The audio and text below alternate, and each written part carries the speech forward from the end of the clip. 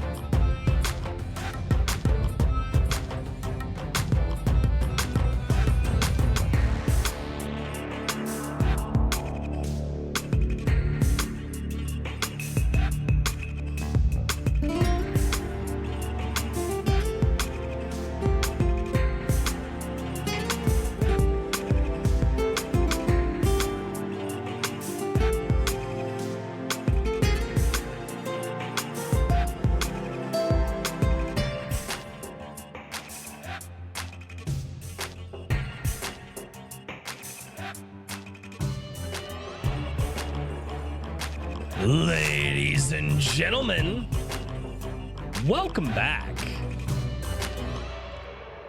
to Iron Age Nights. What's going on, everybody? Oh my God. Oh, that applause. It's too long. I need to one of these days I'll get pissed off enough that like during the stream I'll just edit. Ladies and gentlemen, welcome back to another fantastic Friday. Oh my good Lord. Tonight is going to be a fun night for sure. I'm actually really excited to talk about this project. In fact, the project that we're going to talk about tonight is something that kind of piqued all of our interest the first time we saw it, because we're like, wait a minute, how is this going to work? What's going to happen here? And this is going to be a great conversation. So, for those of you who are new over here, and if you're not new, it's because chat's not sharing the link. Chat, you should share the link. Most YouTubers are just like, yeah, guys, it'd be really great if you would chat. Chat, you know what you're supposed to do. Just do that thing. Freaking chat. Anyway, before we get into all of that, let's jump over and say hello to the chats. Both chats, actually. Let's go over to Rumble real quick. We got Garham. What's going on, man? How are you doing over on Rumble? We got Chatsu. He is lurking tonight. Lurking. Skunk's Workshop. He says, ladies and gentlemen, welcome back. The sad part is if I ever type that into a chat anywhere, people can hear that now in their heads. And I don't know if I'm comfortable with how YouTube has changed me.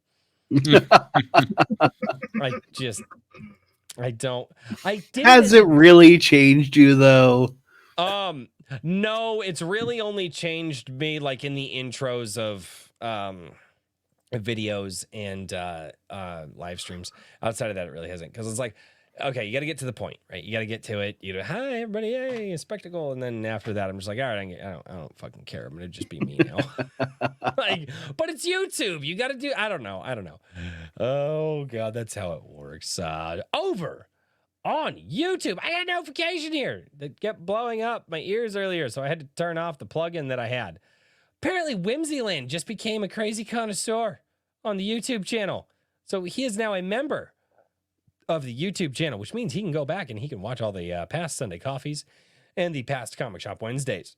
So that is absolutely fantastic. But if you guys want to see past Iron Age Nights, the one thing that you guys have to do is you guys have to go over to the alternate channel that I have, because Iron Age Nights will never be behind a paywall. And in order to do that, and YouTube's algorithms and all that stuff, I've got to put those on another channel. I don't know why, but you do. You didn't used to have to, but now you have to, and it's mega gay. It's really gay. Keep making my case for Roku. Just keep talking about YouTube. You make my case for Roku. Absolutely. I'm getting there. I'm getting there. I'm getting there. Don't get to the finish before you get started, good sir. At least that's what my wife tells me. Anyway, Maji Chan, hello. How are you? Frederick Greenmont, what's going on, man? Madness, you're double dipping. See how you are. You're on the show and in the chat. How dare you? That was before the show started. Oh, okay. That's true. That's true. Herman P. Hunter, the Lord Forge. No, I'm not going to. Hello, Hedge. Horizon Talker. I wish my wife could have said she want lambs. Like, I'd already bought lambs. Like, I want to actually. Never mind. Like, I tell you guys I don't want stuff, and you make me like have to buy it, and then I'm like, oh, I'd really like this stuff, and then you guys like actively do everything you can to make me. I don't understand the internet sometimes. Garham, what's going on? He is double dipping. He is in the Rumble chat and the YouTube chat. Oxen W, how you doing, man? Timo Burnham. Timo. Damn it. I said it right for a few weeks. I can't say. I hear Timon in my head, like from Timon and Pumbaa. Like it's Timo. It's not. It's Resonant One. What's going on, man? It's awesome to see you down there. 10K, how you doing? Evely Music. He goes, let's go fucking. Okay, so Pops, real quick. Yeah, Evely Music wanted to type in like, LGF into the chat, or LFG into the chat one night, and he was like, hey, let's fucking go. Well, he fucked it up and he did LGF. And so I read it on a live stream one night. Let's go fucking. And I was like, you know what? That's way better. That's way better than let's fucking go. I am not going to argue. so yeah. Resonant One. I got to read this one. I already said hello to him, but this is great. He says, the thumbnail makes DPR. Looks like he's saying, quiet, I'm drinking. Royce says, most important beer ever. I fucking hate how you spelled that too. You made me sound like a California white girl. Richard says, yeah. Richard says, what am I doing here? And our guest looks like he's from a John Carpenter film. I am friends with people who have actually acted in John Carpenter films. Oh, that's nice. Cool. Okay, we'll get into all that. I'll own that one. I'll there take you go. Tim Allen, what's going on, man? It's good to see you down there. Oh, good Lord. Redoubt Productions, how you doing? Periopsis Press, what's going on? It's awesome to see you. Whimsyland. Over there, bro. Always is. What's going on? And you will hear from my dogs for the next 3 days. You used to do that until I moved into this room into my house. And yeah, my dogs. Yeah. Trippy Saw, what's going on, man? It's good to see you down there. Okay, I think I have caught up with everybody who is here tonight so far, or at least in the chat. And if you are lurking right now, if you're lurking in the just hanging out, you're not chatting, just do me a favor, go to the chat real quick and just type in L for lurking. Just do that. Just because I want to see everybody that's here. I want to say hello to everybody. Anyway, ladies and gentlemen, without any further ado, it is time to introduce my fantastic co-hosts.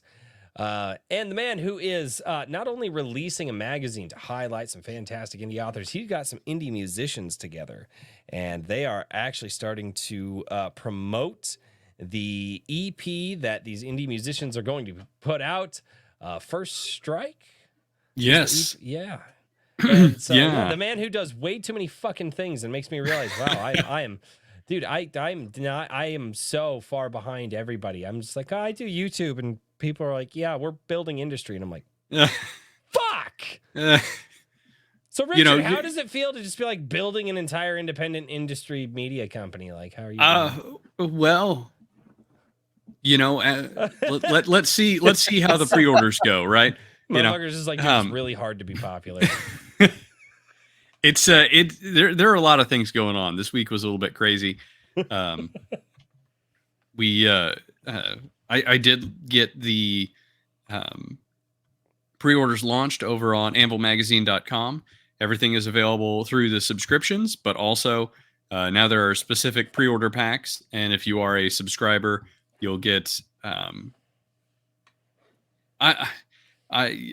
I'm having a little bit of trouble getting the shipping to behave properly, but I will get shipping figured out for you if you're a subscriber and whatnot. That is the one sticking point. But don't use USPS. Oh, I'm gonna have to. It's Damn like it.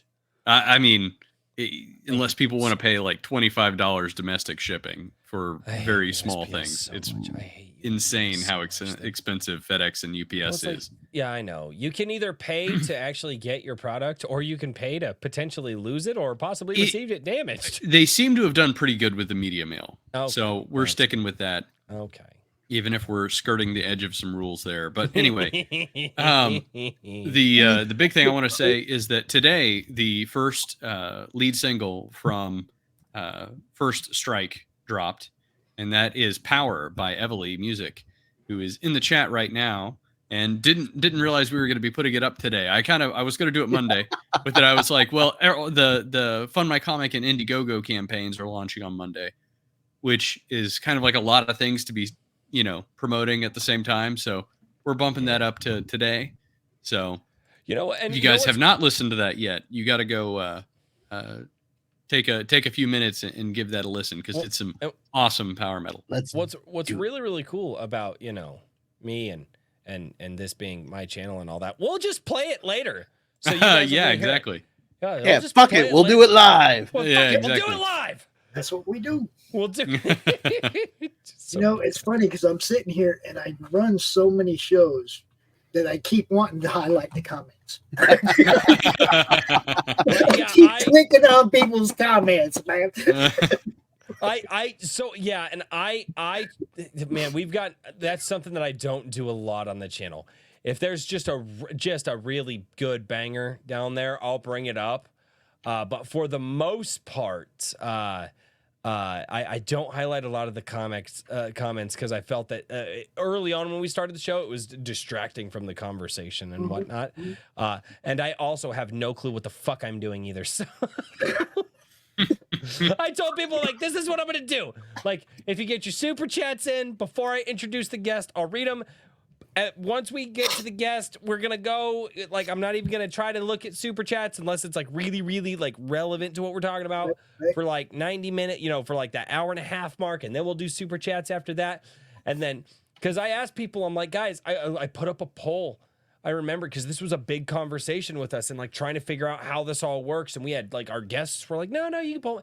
And so I made a community poll, and it broke down. It was the most voted poll that I had, and it broke down 50-50. And I'm like, are you fucking kidding me right now?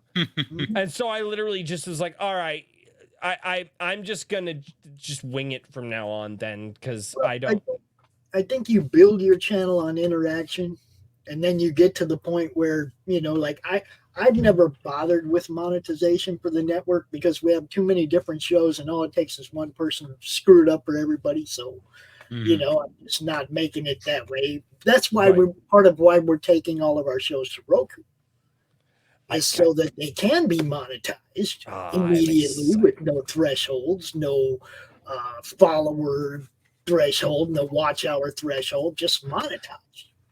Which is how YouTube used to be. Okay. All right. We're going to get to that. Oh, I want to get to it. I like this man's. I got two first questions for him. Answers, bro. I do. I usually have one first question, but I have two first questions. But before we go to there, ladies and gentlemen, you got a story in your head. You abuse the story. It's in a closet. Daniel Riley, he goes and saves the story. Ladies and gentlemen, Daniel P. Riley from whimsyland.org, the guy who's going to help you get your story out on the page, offers coaching and editing services. And he's doing very well lately. He literally, every book that is released in this space, he has pretty much worked on at this point. No, not every book, but a lot. Like in some, you have either coached or edited. Or at least spoken to the author about stuff. Yeah. Yeah. It's like, oh yeah, no, they sent me their first draft. I gave them a couple of notes on it. I didn't I'm like fucking everything. You're just like I was like, I got called the Godfather again. You're gonna be like the guy. I made the joke on Comic Shop Wednesday. Be like, no, I got a guy, and it's like, is it Daniel Riley? Oh, yeah, everybody knows him. You're gonna be like the guy, but not like the super. No, you're gonna be like, no. Like, if you don't go to Daniel Riley, like, what are you doing? Like, why are you not going there? So, that's Daniel, the idea. How has your week been? Very good, very good. I am cruising along.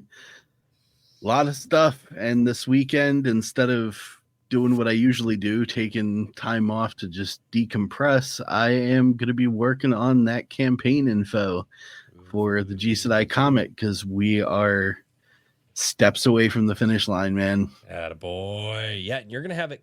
You're gonna have it done and ready to send off to print before you even launch the campaign, right? Whole thing's going to be done. Special edition and the standard great. print on demand black and white will be complete before it might be complete right about when the campaign starts. So I'll be doing the final back end stuff when the campaign rolls. That's awesome. That's awesome. So no. So remember how I said I'd only highlight them if they were a banger? I do get around. A lot. Like, it's like holy crap. It's like, hey, this person wanted to be on the show. Do you know him? Daniel's like, yeah, I worked on their book. I'm like, fuck, you work on everybody's book. If it's a book, Daniel's worked on it. If it is a book, Daniel has touched it. Daniel touches books. And quite a few comic books these days, too. Really? I didn't know that. Mm-hmm. No shit. Yeah. Wow, you do get around. I mean, I guess it's not. He's not picky. No. He... Ow.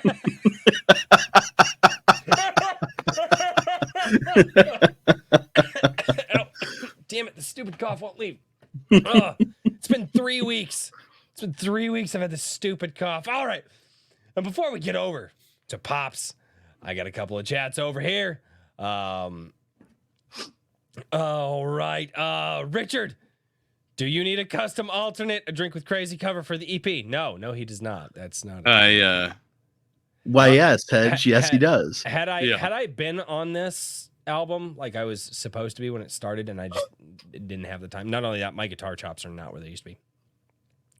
Should do one of those spinning record gifs and just put Royce's head in the middle so it rotates around and around and around and around. Kiko Mon for $2 says, show me, show you, Kiko Mon. And then the Ultimate Kahuna for $2 says, before you skip, don't be gay. Hi, Rich, Dan, Pop. What the fuck? I don't know. Okay, Kahuna. I just don't even, yeah, they're just like, yeah, no, fuck Royce. It's, you know. Oh, we did not tell people to touch the butt, though. We did not tell Somebody people to touch the butt. I saw it in the chat already. Oh, good. Somebody said, good. okay, awesome. Yeah, chat touching the butt. Dude. I'm used to reading the chat and highlighting comments. It's weird to be on. I'm gonna somebody try else. not to focus on that and pay attention to. Dude, no, you're good. I do the same thing though. I do the same thing. Like John A. Douglas will have me over on his channel, and like John will tell me sometimes he's just like, no, dude. He goes, when I'm sitting there trying to catch up with the chat and like pick stuff out, he goes, I kind of prefer like having you there because you'll just take over. Fuck, I don't mean to. I feel like kind of an a-hole, but yeah, it's so hard when you're used to being in the driver's seat on your own channel to go over to somebody else's channel. Oh, it's rough. It's very rough. Yeah, but ladies and gentlemen, my little catchphrase here on the channel, ladies and gentlemen, be like Nemo. What the fuck, Nemo? Yes, be like Nemo. Touch the butt, ladies and gentlemen. The butt, the like button. Touch that. Be like Nemo, ladies and gentlemen, because YouTube likes it when you touch the butt, the button, the like button, that one. So yeah, go do that thing. That's the first time I've gotten a laugh out of that joke in a hot minute, man. I appreciate you. So Pops, how have you been, man? How's your last week been? Well, we're in a rebuilding phase. We need a certain amount of money to build this thing. The major part of the cost is the server to hold all the content. Mm-hmm. Okay? When we were trying to get funded with the server cost, that extra $1,800 is exactly what we fell short. Oh. Okay, so what we decided to do is we already have an existing server that we can start this thing up just going forward with no previous content. You see what I'm saying? Like we started your show fresh on the day we launched the channel. Everything you do going forward would be there for people to watch. Right. We were trying to make it so that people could upload previous content like so people could binge watch your stuff, right? Right. That's going to take a lot of server space that obviously we don't have the money for. So we decided to relaunch it without those tiers of uploading previous content. That's the only thing that's going to be different. That, and we get to lower the goal for, $1,800.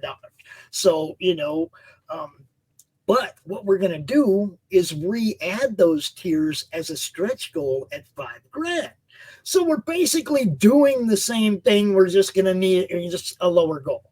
Right. Okay. So we're doing the same thing. So I have 2 questions. Okay. The first one is, are you related to Leonard Skinner? No. Damn it. This is 2 different nicknames that we kind of smashed together when I first started doing this. Damn it. I was hoping it was your last name. But it is related to. Okay. So for those who don't, what was Donnie, Ronnie, and Johnny? Yeah, Ronnie, and Johnny. Yeah. And it was Ronnie that died from Skinner? Yeah, it was Ronnie that died from Skinner. Yeah. And that's when you got the break off of like 38 Special, and then the Skinner kind of came back and wasn't really Skinnered anymore because the 3 brothers. Collins band. No, but hey. Oh yeah, that's his before brother. we go down that road. I could totally go down that road with you. Hold up though, his brother. Now I've stood on stage next to his dad, watching his brother sing his songs at a recent Leonard Skinner concert. Not really recent, but after Ronnie died. Okay. Yeah. His brother, when he takes his shoes off, puts the hat on, and goes out there, he's channeling Ronnie, dude. Dude, Ronnie, and that's what a lot of people don't realize, man. It's just it's not Skinnered without. I mean, I'm not saying that they can't be. It's just. Oh, dude, but his brother does such a great job. Well, but and that's why they keep it. Yeah. So all right. Those are no shoes to fill because he didn't wear any on stage. Right. First off, okay. Right. So you don't even get an opportunity to try to fill those shoes. Mm-hmm. Okay. Well, I mean, it's his brother, Yeah, but that was a big thing. All right. So before we go down that, God, I love that you knew that because because younger guys like me are Leonard Hoot. I'm like, oh fuck, never mind. Anyway. So the second question is, before we get to, so you're starting a Roku channel. For those that don't know what that is, we'll get to that. Because I know what that is, because I have multiple Roku TVs. You can buy the little Roku sticks that you can plug into the back of your TV. We'll talk about what exactly you're doing. But let's get into the why and where your fandom begins. So, and we kind of touched base on that. I didn't mean to, but we did in the backstage. I try to avoid those topics before, but because then I can react naturally on stream. But guys, I'm gonna fake my original reaction for you right now. So just so everybody knows, because we kind of talked about this before the show. But so you got the Reader's Digest condensed version. Okay? Right. That was me trying to spit out a few sentences before the show started. There is so much more to how this became what it is and everything. So. Yeah, let's get into it. Then let's get into it, man. So I don't have to fake all of it for the show.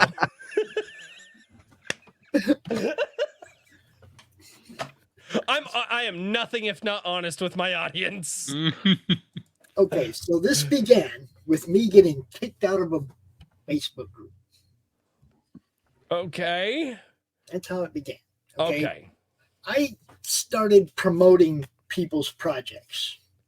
And I was in a few pretty big comic book groups, and I started sharing people's Kickstarter links and stuff like that. And I started getting kicked out of groups because you can't do that here.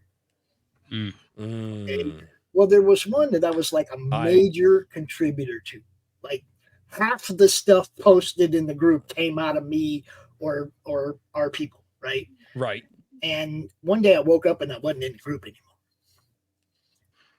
And I was like, what the fuck did I do? Right? So I got really pissed. I spent like 3 days without going on Facebook at all. No social media whatsoever. Right. Pissed off. I'm done with all of it. And then I was like, you know what? Screw that. I'm going to make my own group.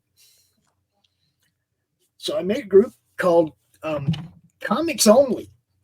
And that name lasted about 3 days, and we changed it to Comic Related Madness because I was involved with people who were doing a lot more than just comics, and a lot of it was stuff that was related to comics. Right. Okay, so we changed the name to Comic Related Madness, and we started. It was basically just a, hey, look what I got group. Everybody come out and show off their stuff. Look what I got when I came home from the store. Look what I got in the mail. Whatever, you know. But it was mostly indie related, you know. We were right at that point in 2015 where it was like, oh my God, I just can't do this anymore, and my pull list disappeared. And blah blah blah. We don't even need to go into that because you guys know what I'm talking about. Okay. Oh, yeah. Yep. I'm not a hater. I'm not going to sit here and gripe and groan. I found other comics that I like, and I started promoting and buying them instead.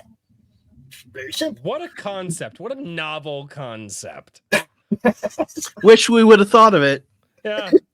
You know what I'm saying? It's like, so then we had the Summer of Hell. Oh, God, yeah. Okay, I'm friends with some, you know, some pretty big people in comics, you know, Brian Polito and Mike Barron, people that I was friends with before I even started doing anything really on the promotion scale, okay? Right. I was a fan of Brian Polito. It was the first Kickstarter I ever backed, and we got the book, and it was damaged. Whoa.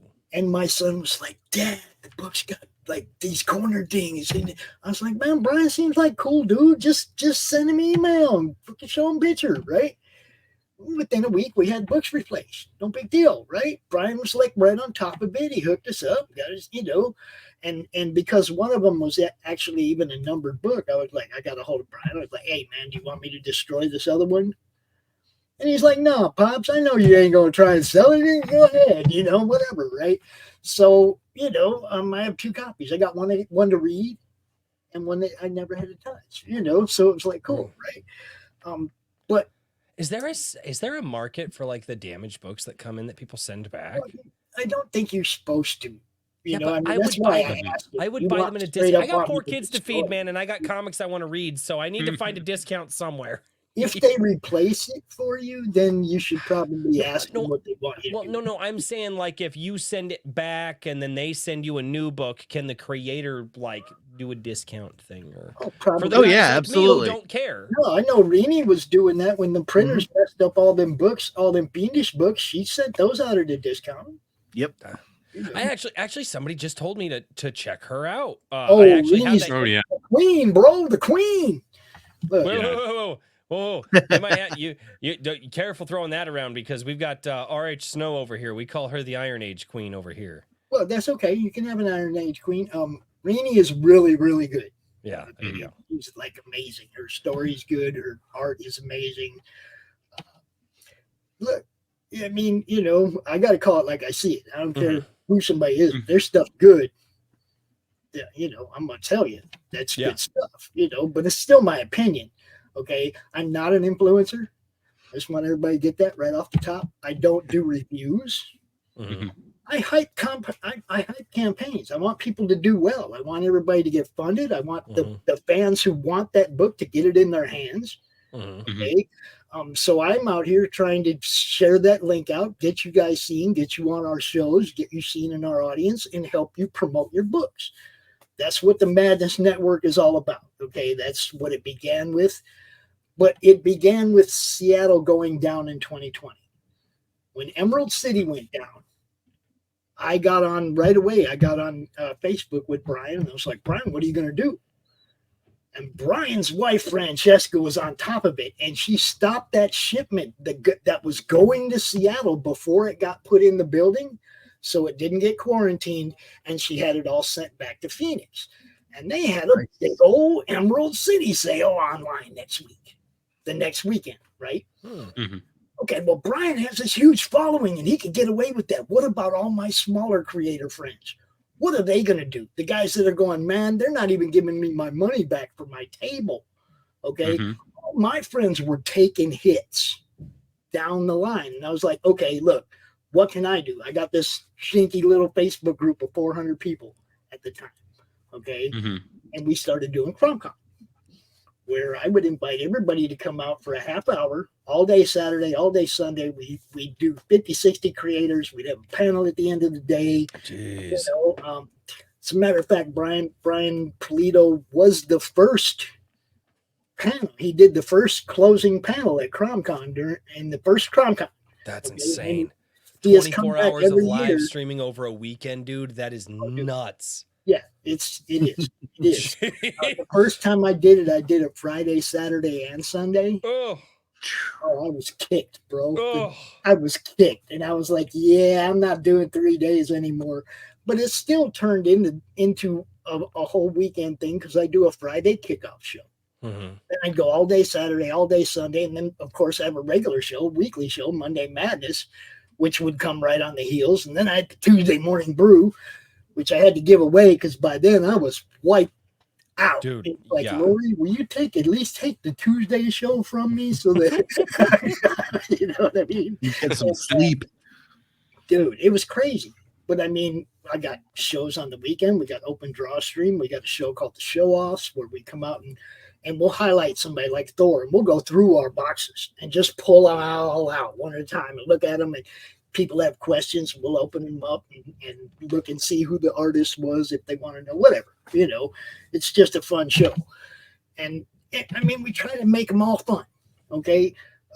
Doc's Coffee Shop is probably the most controversial show on our schedule. Mm-hmm. And it's just because Doc's one of them people that we need Roku for. It takes you 3 times during the show every week going, I better not say that. And I don't want my people to feel like they can't say what's on their mind.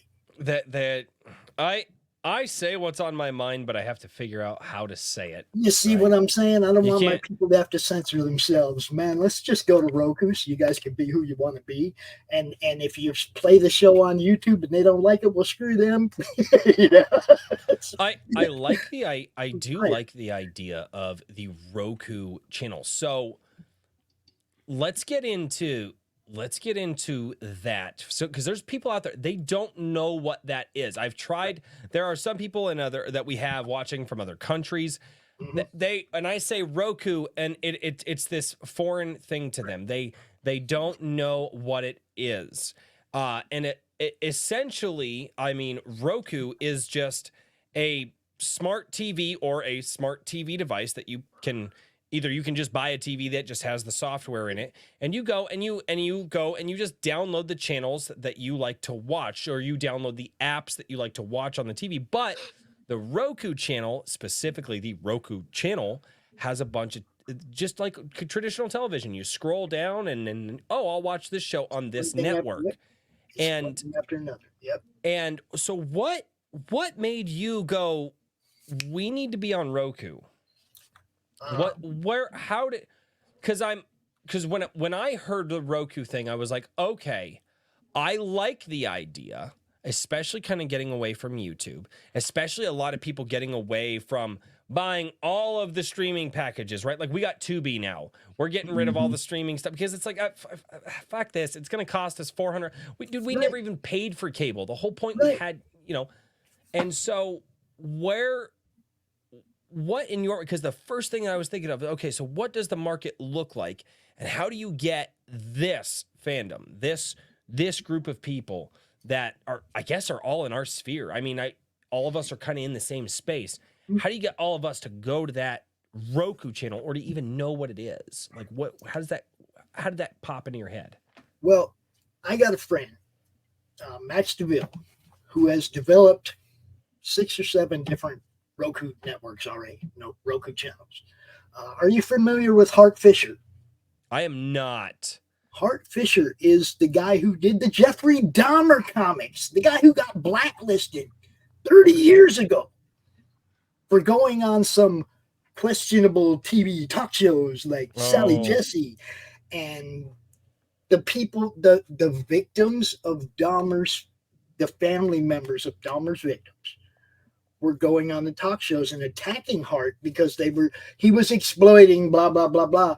But these same people were selling the items owned by their brothers or sisters or what. You see what I'm saying? It was like So he blew the lid off that and was seriously blacklisted on TV. Couldn't get talk shows, Oh. anything, right? I remember hearing about that. I'm not going to say I'm an expert. I heard about it, as in once or twice heard about it. Like, Okay, so my wife being a typical white woman, well, she's a little less typical, but my wife being a white woman, let's throw that there. She loves watching serial killer documentaries. Oh, Pops, you got muted. No, I didn't. I just shit. didn't say it out loud. Just didn't say it out loud. I don't, dude, white women are weird, man. They just, I don't get it. I don't know. I don't get that. And my dude, she'd be sitting there. I'd be like trying to fall asleep in bed, and all of a sudden, and like some dude's talking like, well, and we went into his house and we found the remains of like, and I'm like, what in the fuck are you? Is she watching? a comic fan?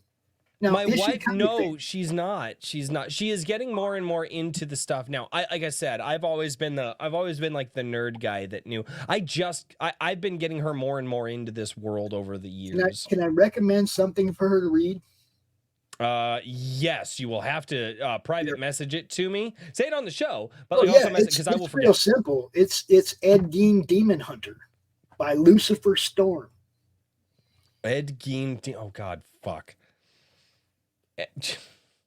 It's good. It's not about him being a serial killer. No. It's about him being a demon hunter in the afterlife. It's That's.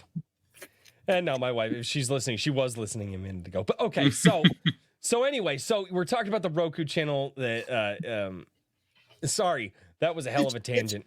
but that's what I do. I promote people, so I love it. No, I love it. I just, before we tangent, because I'm down to tangent, and I will tangent at any time. And these two motherfuckers are like, Royce, you need to stop tangenting. But anyway, and I'm down to no, that's why I have them here, because they're like, okay, There's a Royce. silent timer for how long he can go off. And I watch, I literally, they'll just start shifting, and I'm like, okay, I need to stop. But anyway, so getting back to the Roku channel. That's not even a fucking lie either. I literally watch your guys' faces and figure out exactly how far I can go. But anyway, but for the Roku channel, so you're talking with your friend that's developed like six of the channels. Okay. So the reason we brought up Hart is because two of the channels are Hart Fisher's channel. One of them is the American Horrors channel, and the other one is American Horrors Classics. And Max built both of these. Max also built the ancient Roku Grindhouse channel. Ooh. Okay. But that was the most successful Roku channel going at the time, but he got into some people tried to steal his stuff, and he ended up just shutting it down. Ooh. Okay. But and I asked him, okay, so how are we going to stop that from happening now? And he said, okay, well, this is what me and Hart are doing, and so he's fixed that problem. Okay, with going forward. Now you'll notice that some Roku channels are back-to-back shows, one show after another, basic TV channel. Yeah. Okay. What we're building is like a Netflix style view on demand network. So it's going to be like your own app inside of Roku. We will have a playlist of shows, just like if you look at my YouTube channel, the Madness Comic Network, you will see we have like 40 different playlists. Those are all different shows. Okay. All kinds of different people. We have Chuck Dixon's shows, Ask Chuck Dixon and What You're Reading. We replay those. We have Mike Barron's Baron Earl show. We replay that. Brian Kriskow's Horror Movie Club. We do that live. We have a bunch of shows that we do on the network weekly. Okay. Mm-hmm. The whole thing with YouTube was it was a beta test. Can I get enough people to provide content on a weekly basis to make this worthwhile, to make this something we could actually try to do? And so for a year, we've had, people providing weekly content. So it's like, okay, I can't let them people down. That was the premise of bringing them in, was to build a Roku network. So that's what we're trying to do. Mm-hmm. Okay. Now I talked to Max right before the show, and I asked him exactly where we are in the development of the preview channel, so I can make sure I can tell you guys specifically what we're trying to do. As soon as the preview channel's up, we're going to put the sign-up page back up. Mm-hmm. Okay, and then we're going to run the campaign again, like I said, have a lower goal and not try to pay for that huge server right away. And if we will make that a stretch goal, if we get to that where we can add that server space, then we'll also add those tiers where people can upgrade and upload content.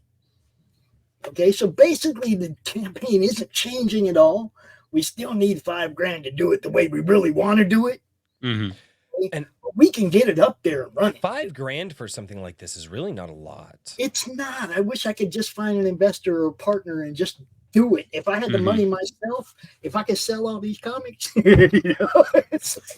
can, but you might regret it. Do it. I would just do it if I could afford to do it. Right. But I can't. So crowdfunding it is. Basically when the crowdfunding campaign came about, we had a whole bunch of people that were donating stuff to the campaign for, if you weren't a showrunner or you didn't want to buy ad space, which is also something we offer on the network. Okay. If you weren't one of those guys and you were just a fan that believed in what we were wanting to do, we had original art and comics and PDFs and all kinds of stuff up there too, just so you could just help us. And we give you something in return. Right. And I mean, that's the other side of it too. So you talk about the content creator side of it, but the other side of it is like, hey, if you want to, put your show on, like it's a complete hypothetical here, right? Mm-hmm. I call you up, I say, hey, Pops, what do you say we take the 8 to 11 time slot, on Fridays or whatever, or let you guys, we do Iron Age nights over on the Roku, right? We bring people over, and then stop you right there. Hold on, because you're misinterpreting what it's going to be. It's not going to be a back-to-back channel. It's going to be a view on demand. You're going to send me your stuff, and we're going to upload it whenever you want. If you want it uploaded at 7:00 on Friday night, that's when we'll upload it. You can tell everybody, here's our show, debuting over there on Roku. You see what I'm saying? No, it's okay. On demand. So, and then on top of that, so you get the view on demand thing, right? So you get the view on demand thing, and then on top of that, you make some phone calls to some friends of yours, maybe, hey, Baron, Iron Age Nights is doing, their VOD's coming out at noon on Saturdays, or pick a good time slot. Mm-hmm. And Baron, I know you got this this comic. What do you say that you run an ad, and it's just your comic trailer? It's just everybody's got a fucking comic trailer now, and now this is the whole thing. We're offering that kind of ad space. Mm-hmm. Okay? What we're going to do is we're going to build an ad library as well. And then, let's hypothetically say you brought one of your shows to the Roku, okay? You would get to decide when and if ads play. Now, Roku is going to obviously play the 2 mandatory ones at the beginning of your show. Right. You're going to get half of the ad revenue for that, and the network will get half of the ad revenue for that. Right. Okay. So the Roku ad revenue is just a 50-50 split. You get the money for one, we get the money for the other. Plain and simple. I'm trying to keep this as simple as possible. No, okay? and now when it comes to ads, you don't have to have any ads run during your show or at the end of your show. Or you could say, damn, Mike Barron's ads in the ad library. I'm going to play that one 30 minutes into my show, or I'm going to play that at the end of my show. Or you can pick 10 freaking ads and play them during your show. We're going to build an ad library so you guys can help promote the people you love. See, that's awesome. That is like. Awesome. That's the one that I like, because that's fantastic. No, that's great. Know, it's amazing because it's a way somebody else hasn't already done this. It's kind of, yeah, it's surprising. There are people who are on the precipice of thinking about this, like with YouTube, but you going, fuck the YouTube shit. We're taking it to another platform in and of itself. You're going to, oh, hey, you guys missed the live stream on Friday or whatever, or Saturday, or whoever's show it is. Not even ours. I just use ours as a nice stand-in. And it's like, you guys are going to go, you're going to catch the VOD over on the Roku channel. And, and not only that, but now as a way to help promote a bunch of other people, only the ads that the Iron Age Nights guys approve on their channel, you're going to see. So it's like, hey, it's going to be like, well, Eric July, he wanted to spend a little bit of money for an ad. Bam, you're going to get an Eric July ad. Bam, you're going to get a Pops ad, right? Now Pop says, "Hey, come over to my channel and watch," and so you can kind of do like the spread the love thing, but with the community. That's fucking killer, dude. Yeah. I'm dude. Do we got questions happening in the chat? Because I don't want the fans to not know what's up either, right? No, you're good. I'm saving everything, and I save everything, and I make sure that I get to it. Believe it or not, Richard and I watch the chat quite a bit, and we. So what I like to do. I don't. I drink. Yeah, he drinks. I'm trying to drink too. You know? So, no, usually what I do is we take the conversation or actually, honestly, however far you can go with the conversation, and not just about the Roku stuff, but about about your life, about getting to know you. Because the whole point of this show is, because what have we heard for years, right? All these people that took over the franchises that we love, they fucking hate us, right? They hate us. Okay. I want people to know if they're going to give money to you for your crowdfunder, for your Roku channel, to get that server. I want them to know you. I want them to know who Pops is, because they need to know that they're going to be giving money to a guy that doesn't hate them. That's the whole point of this show. It's not, my job isn't to sell your Roku channel. That's your job. Right. My job is to sell you. So tell me about you. That's what I tell everybody. I like, dude, your Roku channel sounds really fucking cool. I'm interested. I'm down. That's not my gig to sell it. That's yours, and you're doing a good job. I'm here to sell you to all these people who can get interested and go, well, wait a minute. I could just go over here, watch some ads, but ads from people that they actually, because that's the thing too. We could actually go, You put your ad in front of an audience that actually cares about that stuff, okay? I don't care if you run a convention. I'm already interested. You run a con that goes off in August. You can buy a 6-month ad. Mm-hmm. Okay? And people on different shows will be playing your ad for your convention for the whole 6 months leading up to it, in front of a fan base that actually cares about comics. Pre-release books and stuff like that, Yes. We were making the ads exactly specific to that. 1 month, 3 months, 6 month, full year. That way, if you wanted to run your ad through a 2-month sign-up campaign, and then through your campaign, you buy a 3-month ad, we're running that ad through your whole, presentation. Okay, through your sign-up, through everything.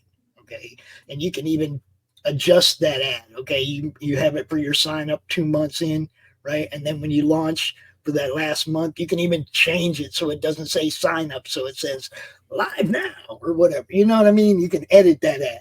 But it's all for the stuff that people care about in this space. Yes. I don't care if you got a store, if you got a comic shop, if you run a convention, whatever it is, these put it in front of the fans that care. Let me ask you a question. I'll put it to all three of you. How many comic channels are you subscribed to on YouTube? Currently, right now, very few.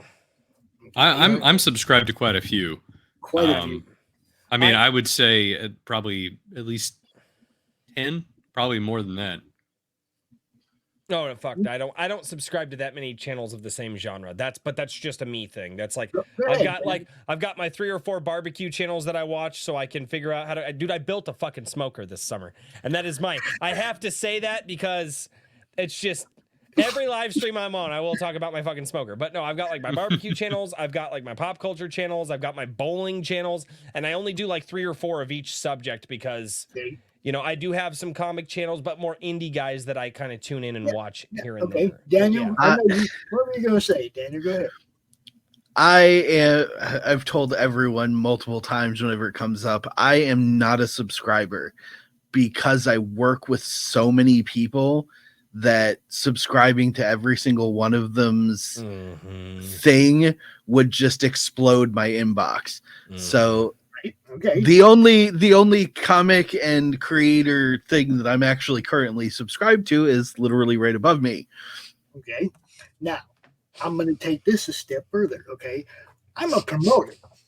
I'm always looking for who's got something new that we haven't talked about yet on our shows. I'm looking for the next the next guy, the new guy. Look, I love Brian. I love those big guys, but they don't need me. You know, they don't need me, man. You know, they're my friends. I love them, but Mike Barron doesn't need Pops to sell his book. I will do my best to help people know it's out there, but he doesn't need me. That's true. There's people who do, and I'd like to find them and promote them. So I am subscribed to like 400 plus different comic related YouTube channels. Can I get all these in one place and make it easy, man? Please. Roku, baby. That's one. Yep. So, okay, that's one. So how do you? So I love this. I'm gonna let some of the guys ask some questions because I gotta go. I've had too much liquid tonight. I'll be right back. But the steel is about to be broken. I will definitely drop some whys on you. Okay, I mean, because really, that's what it's all about. The reasons behind it. Okay. Mm-hmm. First off, is I have a lot of friends that have been demonetized or penalized or exploited or whatever you want to say by different social media platforms. Mm-hmm. So is Roku pretty good about that? That's something that I hadn't really. First off, you will never get one of those stupid claims against your audio. You will never get one of those copyright claims from a scammer. Okay? Look, I'll tell you everybody straight up. The FCC and the DMCA are the only people I'm fucking answering to. Okay? Period. Okay? I don't care about scammers' claims. I don't care about, oh, you got to take that down. That guy's mean. I don't care about none of that. If the FCC or the DMCA didn't send me an email and say, Pops, that show got to come down, that show ain't coming down. Mm-hmm. Okay? Love that. Well, that's awesome because I believe in free speech. Mm-hmm. Okay? Now, does that saying I'm going to allow people to come out and incite hate and violence? Yeah, I mean, of course you're going to have standards internally, but I mean, you know, as far as the network itself, I didn't realize that Roku was much more relaxed. You know, much more relaxed. No, not near the restrictions that YouTube has. You don't have the Google overlords telling you what you can and can't say. I mean, come on, the American Horrors channel is like B horror movies, all kinds of slashed up titties. You know, I mean, it's like. Nobody's taking it down, you know. Nobody's hassling those guys. It's entertainment. It's niche entertainment that people wouldn't watch if they didn't want to. Mm-hmm. That's correct. Okay. So with the what is the just from a creator perspective, like what kind of user base? I mean, there's obviously like a huge user base for Roku, right? There's an enormous. Yeah, there's an enormous product user base, but like, you know, how much comic stuff is there over there? Well, not only just comic stuff, but I mean, it seems like there's been kind of a move away from the more centralized places, you know, the one-stop shops like Netflix and whatnot over the past couple of years. Is that a fair assessment, or? You know, and is there more opportunity for smaller channels to kind of get some organic growth on Roku? Do you feel like that's the whole purpose for me? Mm-hmm. Everything I've ever done has been to help people's stuff grow, no matter where they're at. I'm not ever telling anybody don't do YouTube. Oh yeah, I'm telling you after your episode's over, download it, send it to us, and we'll put it on Roku. Mm-hmm. And you don't have to wait for monetization or worry about demonetization. Okay.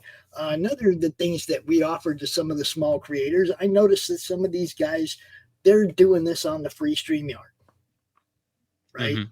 They don't have any bells and whistles on their show or anything. We offer them part of our studio. They can come put their backgrounds and their little videos and stuff in our studio and use our StreamYard. You guys know what professional StreamYard costs for the year, right? Yeah. Yeah, I don't even pay for the pro version. I only pay for the mid version. You see what I'm saying? Okay. Yeah, the pro version's like north of $500 a year. Yes. So we're offering that to everybody that joins the network. Now, if it doesn't cost you that much to join the network and we just saved you that much money, isn't that enough of a reason to give Roku a try? We're going to put you up there for a year. Absolutely. I mean, that's the other thing. We are funding this for the year, not for a month to see how it works. We're funding it for the whole year, for a full year. Now, if it does well and we can keep paying for the stuff out of the ad revenue that it generates, then it keeps going and it keeps growing. Now, the other thing that we're talking about is stretch goal money, how it's going to be spent once we get past the actual server. Okay, once we get past that 5,000, what do we do with any extra money we get? Marketing. That was my question. Marketing. Good. I'm not trying to build something to fail. Ad space on YouTube. I'll run a fucking ad. You send me $20. I'll run an ad for a week and a fucking half on every video and live stream. Now, this is the other thing. Hold up. Now, the ads that we give you in the library to play at the end of your show or whatever, those are like showrunner's choice ads, right? That's not saying you can't have your own sponsor in show. Yeah. Your own ads that you run in your show. I'm not trying to take anything away from you. Okay, if you got some sports drink that wants to sponsor your show and you play that ad exclusively on your show, it's not part of our library, that's your money. I don't care. You see what I'm saying? Those people that put the ad in the ad library will give us $20, $50, whatever, for their ad to run for the year, to be available in the library for a year. You know, it's kind of their job to tell people, oh, hey, man, like I got an ad on your network and you do me a favor, man, and run my show, run my ad on your show. Then you work out those things, but the library will be there for you to see. That. Okay. That's really fucking I'm not cool. taking away any in-show sponsors that you may already have or that you make some kind of deal with that doesn't have anything to do with me and my network. You see what I'm saying? I'm not trying to take anything away from anybody. I want everybody to grow. The whole purpose of doing this was to help people's networks, channels, whatever they're doing, selling books, whatever, help them grow, help their fan base grow. And the way I see that happening is by bouncing fan bases off each other. Mm-hmm. I mean, if I'm telling people about your show on my network and you're telling people about my network on your show, both of our shows are going to gain a little. Yep. Now we go do that to 2 other people and 3 other, and they're doing it to other people. And before you know it, we have something they can never crush. Well, and circle convergence. Yeah. The funny thing is that's how YouTube used to work. Yes. Yep. That's how YouTube used to work before they got all their algorithms. There will be no algorithms. There will be no data stealing or sharing or mining or any of that crap, guys. And it's a free. It's a free network. You guys are going to have to watch some ads. Mm-hmm. The cool part is outside of the 2 Roku mandatory ads at the front of the show, everything else is going to be relevant to the show that you're watching. So it's not like you're going to get a McDonald's ad in there and you go, look, dude, I haven't had a McDonald's cheeseburger in 5 years. No, it's unless they pay you to do it. Well, fucking McDonald's pays me to fucking run an ad. This is right? McDonald's that happens. You want to cut me in? I wouldn't say no to that either, but that would be your deal. You see what I'm saying? Some of these guys have shows way bigger than my network. Chuck Dixon's got 7,000 subs. I got 800. Mm-hmm. Okay, some of these guys are bigger than me. It doesn't matter. I'm just trying to help them get seen even more in other places. We also broadcast to 8 different destinations, which was the whole purpose of the paying for the pro, was so that we could play this on YouTube, on Facebook, on Twitter, on Twitch, on LinkedIn, on every platform, right? Our shows go out everywhere. Whoever show it is, like if it's Doc's show, it's going on our channels and his channels. If it's Rich's show, it's going on our channels and his channels. But it goes out in multiple places because my job is to get eyes on what these people do. That's actually really important. There's a lot of people coming up. They don't know how to do this stuff. Oh, look, when I started doing this, I met people that had no idea. Okay. And they were like, they'd come out on my show and they were like, you had to drag the answers out of them. They're comfortable online now. Yeah. Right. But back in the beginning, man, it was like I was kind of a unique person in what I was doing. That's not to say there weren't other shows promoting people, but I don't think there was anybody going out there every month for 3 years, doing a full weekend show. Yeah. Okay. I don't think there was anybody doing anything like what I was doing. And I was having fun. I'm still having fun. It just keeps growing. It keeps evolving. Okay. It went from a Facebook group of 400 people to YouTube. Okay. And I didn't really start pushing this thing on YouTube, this network, until last year when I told everybody, let's see if we can get enough content and enough people involved to do a Roku thing. Okay. So we did this year beta test and it's been a blast. And we've had some shows come and go. Okay. Not everybody was happy with what we were doing or whatever. And you can't make everybody happy, right? I don't go out here and badmouth them after the fact, whatever. We tried, and they're welcome to come back. Okay. If they like what we're doing on the Roku thing, they're all going to be welcome to come back. It's a no-brainer for me. It's an untapped audience. There's not a lot of pop culture comic stuff on Roku. No. I think I saw 2 comic-related shows. They are once-a-week shows. Mm-hmm. We're going to drop on there with 40 different shows on the same day. Boom. Look, everybody. We're going to do all the premiere shows of everybody on the same day. That's assuming we don't get the server space. If we get the server space, then we'll be uploading all the previous content that everybody wants uploaded on the tier that they get there, on the tier they back at. Okay. So if we get to the 5,000 goal and we can afford that server to store all that extra content, you'll be able to upload 50, 100, 500 videos that will all drop on day one. Mm-hmm. So somebody'd go and they'd hit Drink with Crazy, and it wouldn't be just this show. Mm-hmm. It'd be 50 of your previous best shows that you handpicked and put up on here. And they'd be able to go binge watch all of that and keep track of what you're doing going forward. But they get all your back content too. And that's what we were trying to do, was make sure people could upload previous content as well. But that was what we didn't reach. Yeah. We made it all the way up to we could start it, but Kickstarter, we used Kickstarter. You got to meet the goal, and the goal is for the whole banana. We're going to cut that banana into 2/3. We gonna relaunch it, Look, the plan is sound. We keep it as simple as possible. We're not trying to steal anybody's content. There's no this has to be exclusive on our Roku. There's none of that. Although there are people whose shows will be exclusive on the Roku channel. Okay, I know one of my shows will be. Doc said his show will be. Nice. So there's going to be stuff that people have to go to Roku to see that they've been watching on our network. Okay. Sorry, that's just the way it is. We want to build a Roku network. YouTube has outlived its usefulness. When they can decide one day to take your channel down and not even tell you why, they have outlived their usefulness. Sorry, YouTube. I'm just saying,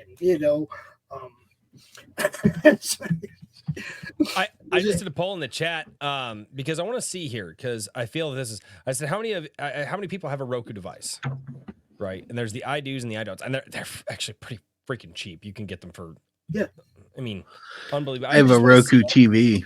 I have 2. Yeah. Well, I have one in my living room. For sure.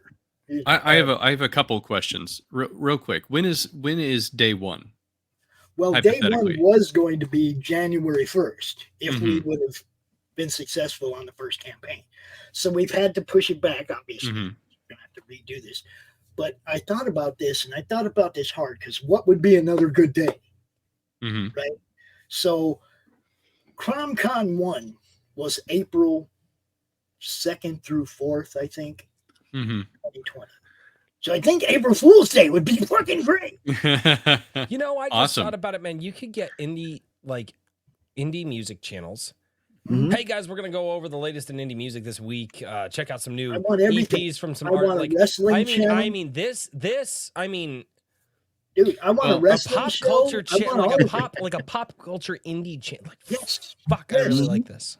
Yes. I want somebody to come out and tell us what happened in the world of wrestling this week. I want somebody that I'd love for somebody from each of the crowdfunding campaign or platforms to do a show on new releases on each platform. I love if we could get all these kind of shows to the network because promotion is really the basis of what I try to do. Well, But and one thing that I think is I immediately know somebody I need to reach out to about this. Mhm.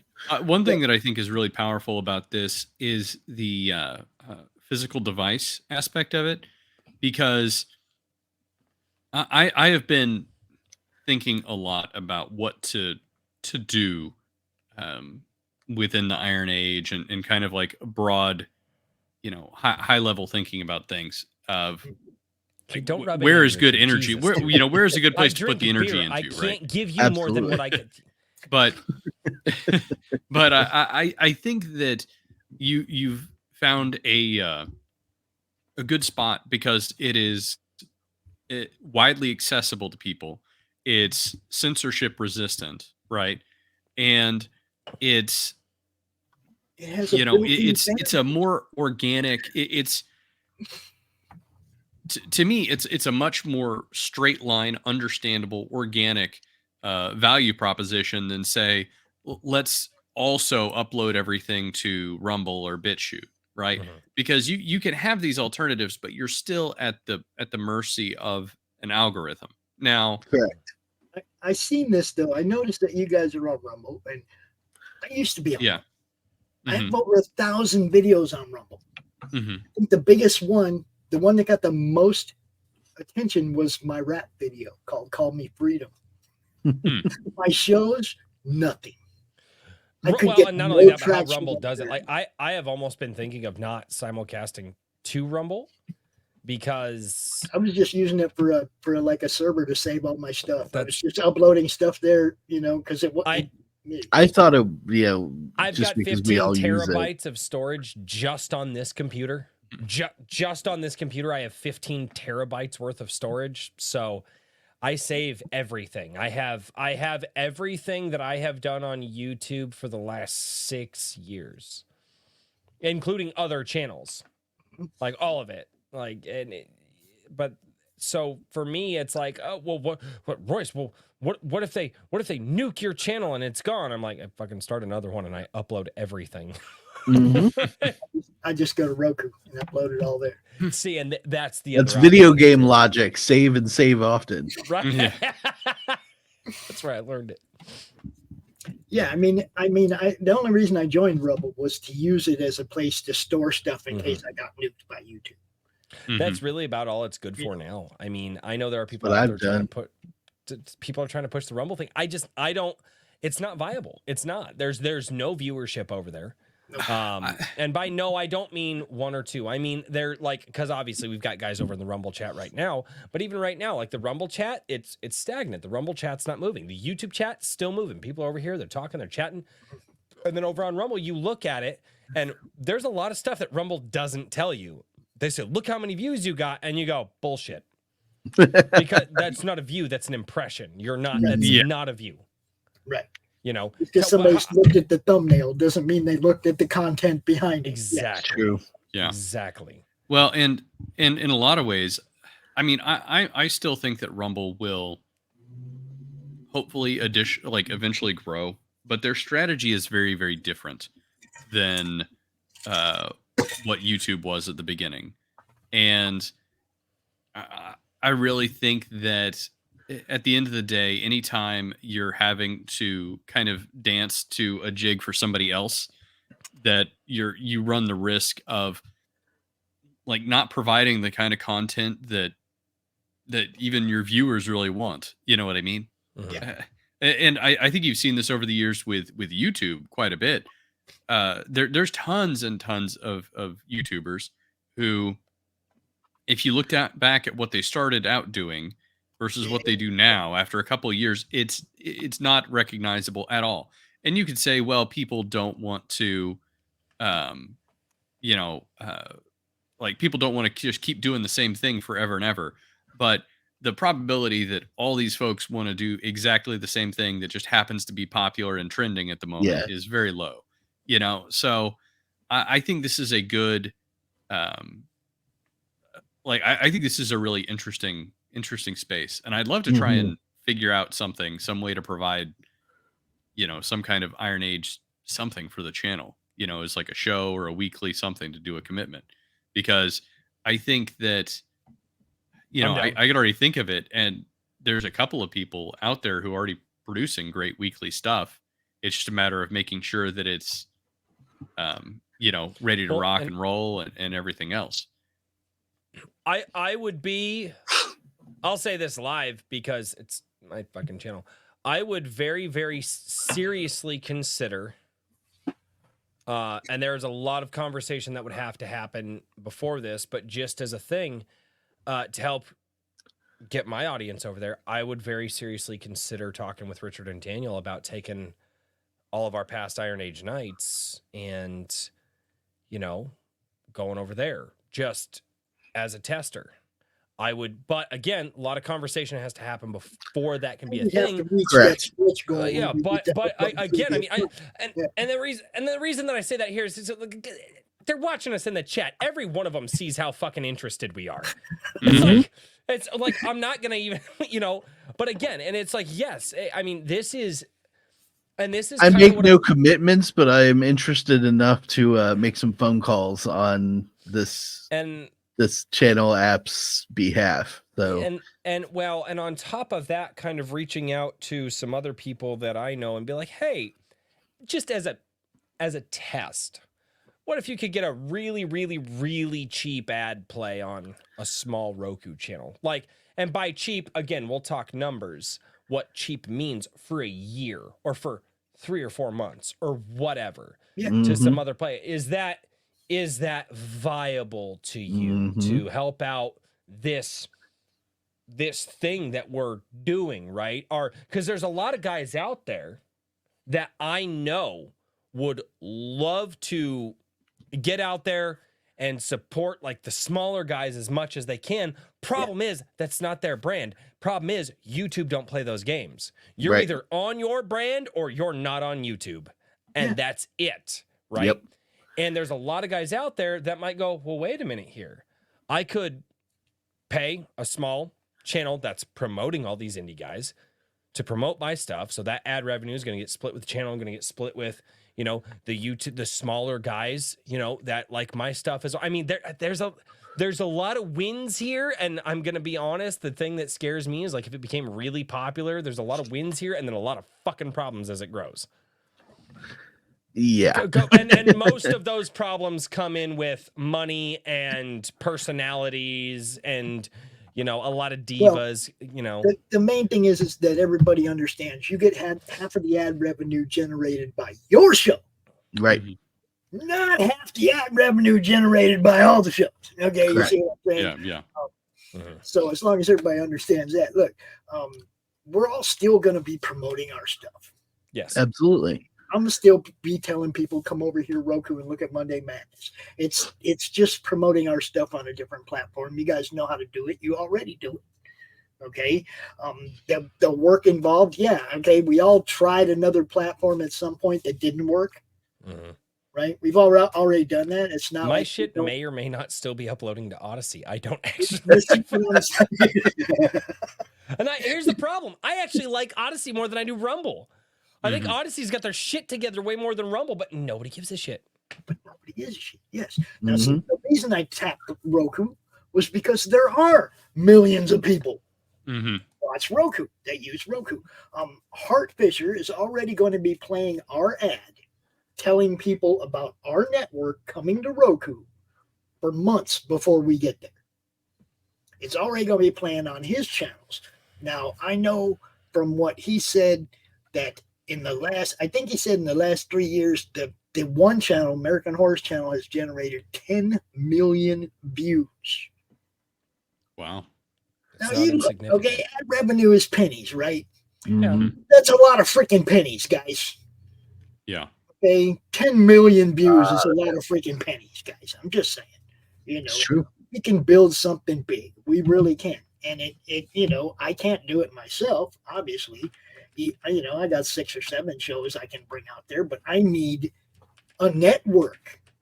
Mhm. Okay. I want to help everybody grow. That's the whole reason I've been doing this for 4 years, is to help everybody sell books, sell what they're doing, whatever it is that you do. Okay. We have sculptors. We got all kinds of different people in this network.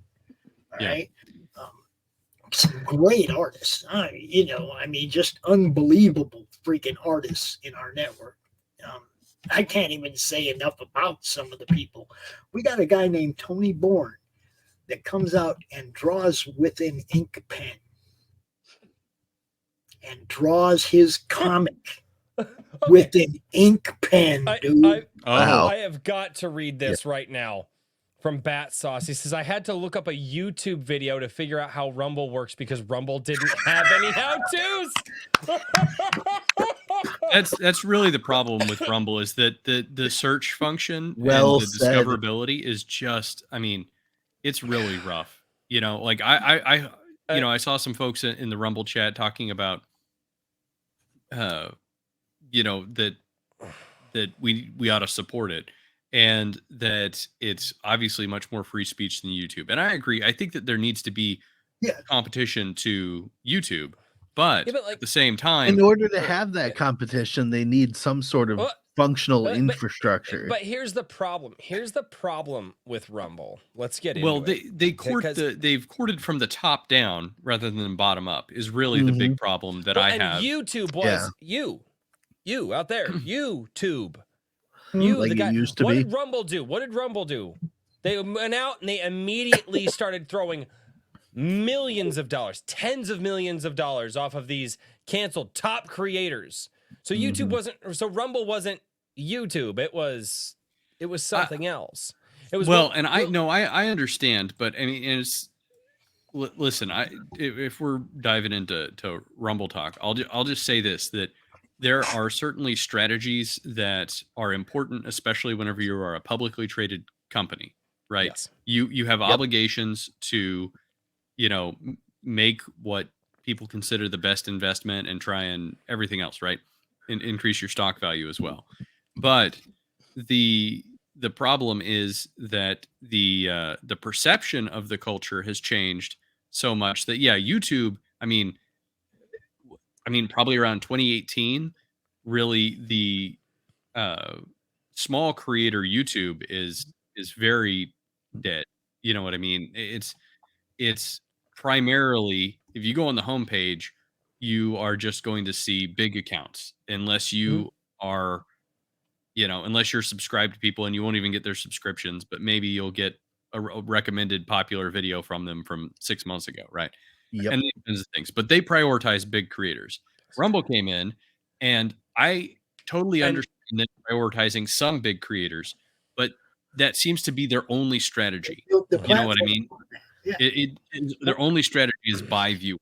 Well, and that can't go on forever. Their other strategy was, we're a free speech platform. Well, guess what? To the people who aren't politically initiated, which by the way is like 80% of the population. So for 80% of the population who's like, what do you mean free speech? I go and I watch people talk all the time on YouTube. What the fuck are you talking about? Here's the problem. And I love what Bat Sauce said, because was it Bat Sauce? Is that the name? Yep. Bat Sauce. I love what they said. You had to go and watch a tutorial on Rumble on YouTube. Okay. Here's the biggest problem with Rumble. I do not go to Rumble to figure out how to build my smoker. Where did I go? I went to YouTube. I don't go, if there's this innocuous part that I have to change in my fucking Ford that I have sitting out, I don't go to Rumble to figure out how to change a part on my truck. I go to YouTube. Yeah. Right? If my kids want to do a science project at the house, I go to YouTube. My wife wants to see cool creepypasta horror makeup for Halloween. That's what I was gonna say. I can keep going down the fucking list. Rumble has none of this. If you want politics all the time, you can go to Rumble. And there's some people there. Maybe you stumble across somebody, but I mean, I found one show. I did find one show on Rumble that I had never seen before. MSK, Master Swag King. I found him on Rumble. And I don't know why, because I don't go there looking for anything. But I think he liked or commented on one of my old videos there or something. And it got my attention. I went and looked at, oh, damn, dude does that. Oh, and then I went and followed him on Twitter, went on his show, had him on my show. You know, it's like, this is how this happens. We find people. But Rumble is not where I find most of the people. I'm just saying. It's like, Sad but true. On Twitter and Facebook, you know. YouTube is where we all go to talk about them. Yep. Okay, but I find most of them on Twitter and Facebook. You know, I don't TikTok. I don't Instagram. I don't, you know, I mean, I go to the places where I've seen actual feedback, where I get actual, you know, integration with the fans, because that's really, fan interaction is a big part of what we do. You know, a lot of the look, how does dude know whether fans really like this book if nobody's out here talking about it or asking them what they think? True. You know, very true. Review shows are one guy's opinion. You know, when you get out here and you actually interact with the fans about stuff, and hopefully you don't get the trolls, because I'm not out here trying to break people's stuff down. That's one of the reasons there's never been a review show on our network, is because I don't want somebody to come out here and rip up a show that we, or a comic book that we promoted. Yeah. You know, look, promotion is sight unseen, guys. We don't know what the finished product's going to look like. We just hope that the fans get something that they like. Okay, if you backed it, obviously you saw something you liked, and we want to make sure it makes it to your hands, so we help them people get funded. You know, it's not about that guy paid me to help him get funded. I have a very similar mentality. What's up, Ray? Shit, we got Ray in the chat. I gotta say hi to Ray, dude. Look, Ray come out and he really gave me some great advice. I didn't go to him for advice until very late in the campaign, but he's the reason we're not launching again until the preview channel is up, so people can see exactly what it is we're offering. Okay, because on the previous campaign, we didn't have the actual what the Roku channel was going to look like. Okay, and Ray was like, dude, you got to have something up there, man, that people can see. You know, he's like, even if you got to fake it and make a graphic. And I was like, no, we're going to do it right. We're going to put the preview channel up there, and then we're going to link it right to the damn sign up page. You know, and, you know, thanks, Ray. Love you, bro. I overthink. Great dude. Okay. It was his idea was perfect. It was great, but it's still at the same time, it's like, I'm not going to fake that. Not going to just put up a graphic of what it's going to look like. We're going to show you the actual preview channel, and then you'll know exactly what it's going to look like, because you're going to be able to go watch 10 of my favorite personal shows that have been on the network. Now, look, out of 2,500 videos, that was a hard to get 10 out of that, guys. Really, it was. But well, Matt said we can change it once a week, so we'll be able to like update that as well, so you'll see different stuff every time you go look, right? You know. Well, RH Snow already down in the chat. She's saying she'd like to make, you know, content for this Roku thing. And like I said, Roku, it is literally just an app store, guys. It's just think about Roku. It is just an app store that's just built into TVs. You can go to Walmart right now, buy Roku TVs. Yep. I've got two 55-inch Roku TVs that are in. They've got the YouTube app on it. They've got the, you know, they've got the Tubi app on it. ESPN, whatever. ESPN. You've got like the Daily Wire has a fucking Roku app. The fucking Blaze, they've got a Roku app. And now the Comics Madness Network is gonna have a Roku app. And then inside that app, you're gonna go. There's going to be playlists. There's going to be what's been uploaded today, most popular probably, or whatever, you know. Trending, you know, trending. You know, you can go sort, but filter by content. Fucking, you know, like a comics. We'll have it separated by category. Okay, Yes. comic shows, draw streams, because we have a few different draw streams. We have some gaming streams. We have a couple of live D&D games that go off in the network. We have a couple of actual video gamers that do stuff in the network. Okay, so it'll be all kinds of different stuff, and it'll be categorized.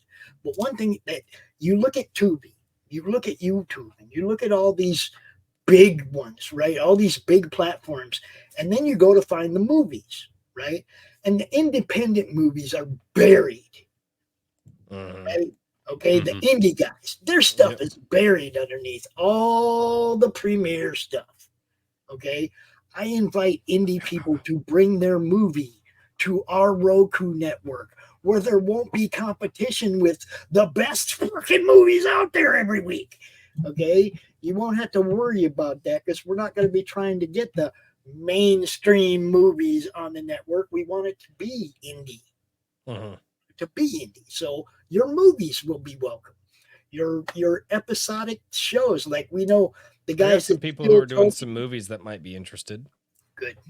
I love it because look, we got some people that do episodic live actions of their comics. A couple of different people that I know of that do this, and I'm trying to get them to bring their content to the network as well, where you can actually watch the live episodes of their comic books. The guys from Still Talking have an animated and live action stuff of their comic books. It's great. I want all this stuff on the network. If you're not familiar with Still Talking, they are a Wednesday night show on our network, and these guys get the best guests, hands down. Okay, we've had everybody, man. We've had Eric Roberts, Tommy Chong, Gina Shock, just look, all kinds of different people. Donnie Most from Happy Days and was on 2 weeks ago. All right, we get the best guests on that show. It's amazing. All right, so we've got great content, guys. We're not going there flat. We're going there with good stuff. We want this Roku thing to take off, and the more content, the more shows, the more playlists, the more movies, whatever that we start there with. Do you guys remember YouTube when it started? The people that jumped in ground floor, where are they at now? Oh, dude, they're making. That's all I'm gonna say, guys. We have enough content to splash when we land there.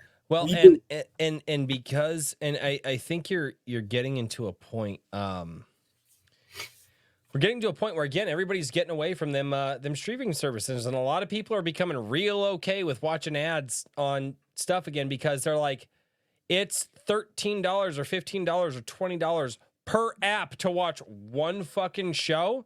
People are like, fuck it, I'll go back to a thing where I watch a couple of ads and I can do it for free. Yes. Right? That that thing that's, I mean, it's kind of funny is, traditional television apparently had the right idea for the last 50 fucking years. So wait, I have a question about the ads real quick while we're talking about them, which is, so Roku, you're going to be doing indie ads, right? That you guys will be like running independently. Well, and those will be in addition to like the Roku based ads. They will be showrunner's choice. Oh, okay. So they would be kind of like mid-roll, but then does Roku just kind of like plop ads on top of things? Two. They play two at the beginning, and that's it. Oh, really? Okay, so that's not bad at all. Yeah. Okay. Now, so you're gonna get the two. two. You want to support A Drink with Crazy? Then you can go in the ad library, pull his ad out, play it at the 30-minute spot of your show, or at the end of your show, or wherever you tell Max to put it. Is where we're gonna put it. Okay? So some people are already setting their shows up to have a pause at the 30-minute mark. Yeah, that's something I was thinking about, is that there's like one thing that I kind of like about one thing that can be a problem with some of these is that they'll drop ads right in the middle of something, and it's real obnoxious. Yeah, so that we're going to do it the way the showrunner wants it done. Yeah. Okay? One of the things is I'm a showrunner. YouTube don't make it easy on me. Fuck well, no. Yeah. Okay? No truer word has ever been said. I'm trying to make it easy on you guys. I don't want anything to be confusing. I don't want the revenue split to be confusing. So it's 50%. I don't want, you see what I'm saying? I don't want anything to be hidden. It's all out there in the open. There's no data mining. We're not going to be trying to steal your info. We're not, look, do you think I got time or know how to do that shit? I ain't got time for that. I'm too busy looking for people to promote. Okay, I'm too busy running shows, producing shows in the backstage, whatever. I don't got time. Okay, I don't got time to do stuff I want to do. You know, I'm out here all day. People will see me out here first thing in the morning, 7 o'clock. People see me out here at 2 o'clock in the morning. I ain't been to bed. I'm gonna get that little bit of sleep. I'm gonna be right back up 6, 7 o'clock because that's just the house schedule. The kids get up, they go to school. Pops gets up. You know, I get out here if there's stuff to address or I got a morning show or whatever, then I go to work. I don't, you know. Yep. It's what we do. I absolutely get it. I know all about that. My sleeping in is 6 hours of sleep. Yeah. Whatever time I go to bed, I'm getting up 6 hours later. That's my sleeping in. So if I go to bed at 2 o'clock in the morning, which we'll see how this conversation's go. I don't want it to be a 2 o'clock morning, but we've done a few of those in the back room. But yeah, it's you know, you wake up. This is what you do. You work. You're constantly busy doing stuff like this. Before we keep going, we are going to have to say good night, sleep tight, and don't let the bed bugs fucking bite to Richard. Because he turns into a pumpkin. Family, and he's this is actually a project that is still a little bit. We're gonna see if everything comes together at the 11th hour here. We've got just a very small project, but something that's running, and I need to actually be mentally useful first thing in the morning, very early tomorrow morning. So. It's nothing. It's a new thing. Don't worry about it. It's just a small little project. What are you doing? How far behind you people am I? Very. I'm like, hey, surround yourself by people that make you feel. Man, this isn't even the other project that I'm thinking about starting. No. Jesus. No. Hopefully everything will get caught up. I need to step the fuck up, dude. I need to step it the fuck up. That's what I'm realizing.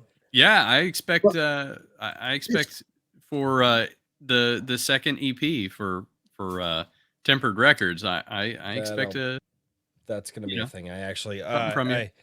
I used to keep a bunch of guitar picks in the wallet, and I couldn't find them, because they all got dumped out from our old wallet. So I got brand new guitar picks here, and I got the guitar out over here, and I just need to brush up on that and get the old voice to do the things it used to do. I've actually been practicing lately because of that. Now, see, you're taking me back to the nickname now. There you go. Well, before I gotta tell you, Pops came from my son and his friends. They call me Pops. Van Sant came from a special lady out in Arizona who used to hear me sing karaoke. And you can imagine what I was singing if she was calling me Van Sant. That's give me 3 steps, baby. You know. Look, simple man. Look, if you can Tuesday's gone with the wind, baby. If you can do that, That's such a good. Okay, before we get there, because God, dude, I could talk Skinnerd for hours, man. All right. I'm gonna do a quick outro show. Anvilmagazine.com. There are subscriptions up there. Let me drop it. It's in. There we go. Why do people never do that? It's not fucking hard. Because it's fun to make. 2024 subscriptions for Anvil Magazine. Issue number 3 is pre-ordering right now. If you just want to pre-order that, there is also First Strike, the Iron Age. This one's kind of a metal hard rock EP. It's gonna be amazing. If you want to listen to the lead single, it's up on my channel now. Oh, you don't have to do it right now if you don't want to. Also, do it right now. Yes, I'm going to be do it doing now. some stickers and bookmarks and some other stuff, depending on how quickly I can get these things in next week for special sales. As far as like, Black Friday to Cyber Monday, there'll be a little window of time where I'm going to get some more stuff. I've already got a ton of these stickers. They're very cool. And there we go. So, oh God, oh crap, damn it! there we go. I didn't know Anyway, you wanted a solo layout. Do it again. Do it again. there we go. So We're doing it these are live, Richard. We're doing it live. nice brushed. There you go. Some There you goodies, some bookmarks, I just some special, dropped that, maybe some special deals on issue number 1. We'll see. I just dropped that link that you had in the private chat in the Madness comic, in the comic related Madness on Facebook. We don't drop that much music over there, but we like to. Okay. You'll love this. Heavily, he's still in chat. I see him. He rocked it, man. And everything else on that is amazing. The collaboration is gelling together. I can we're so close, but God, I'm so also pissed it's off also that I right on forgot that edge where I'm about to start having to like not just herd the cats, but start actually like striking them if they don't get it in gear. So, dude, you got a bunch of musicians together and asked them to get shit out on time. You have no fucking idea. You have no fucking clue, Richard. Yeah, okay. Artists, and authors, man. Talk about mostly introverts. You start talking to them, they're happy. We're gonna have a 1 hour meeting. Okay, I guess we can make it that long. Musicians, you start them talking, for Christ's sake. It's like 2 hours later. I'm like, I don't have time for any more time for this. We didn't even talk about the And how much did you get done in those 2 hours? And how much did you get done? Not a fucking thing. Like about 10 minutes. About 10 minutes. I love you guys. I love you. Jake, JVP, Evely, AC, Chill Kid. You guys are awesome. I love you very much, but you guys are a bunch of cats. So I love watching Richard realize what musicians are like right now. They are a translation. Tomorrow. The translation is, "I love you guys, but shut the fuck up." I worked in radio before I did. You get it. You know why I'm like me on this fucking show? Because I'm a fucking radio musician. Before I ever came out on doing before I ever started doing comics, I worked in radio. Oh shit! I never thought there was anything more cutthroat than the music business until I started doing comics, bro. Yeah, right. Yeah, that's true. All right, guys. Well, I'm going to call it a night. Thank you, Pops. Man, I am really looking forward to your project. I am going to have an article up about it. We're going to do something to make sure everybody knows about it. So yeah, we're saying. Drop your stuff in our group, man. Join the madness on Facebook. I am terrible. I like never go on Facebook, but I will. I will get on Facebook and I'll head over there. This ain't going. Yeah. Well, I'm gonna talk with you, Pops, about something too. It's a good night, folks. Good night, Richard. We're gonna say good night to Richard. We're also gonna play First Strike. Yes. Off the EP. Do it. I'm gonna do the away thing again while the song plays. It's fucking all right. You're unsupervised. Hope everything goes well. You got 5 minutes, Royce. I'm out of here. Y'all know what I'm gonna do. Ladies and gentlemen, this ad break is brought to you by Anvil Magazine. This is First Strike, powered by Evely Music. And you guys are gonna fucking love it because I already listened to it today. It's pretty fucking cool. Let's go.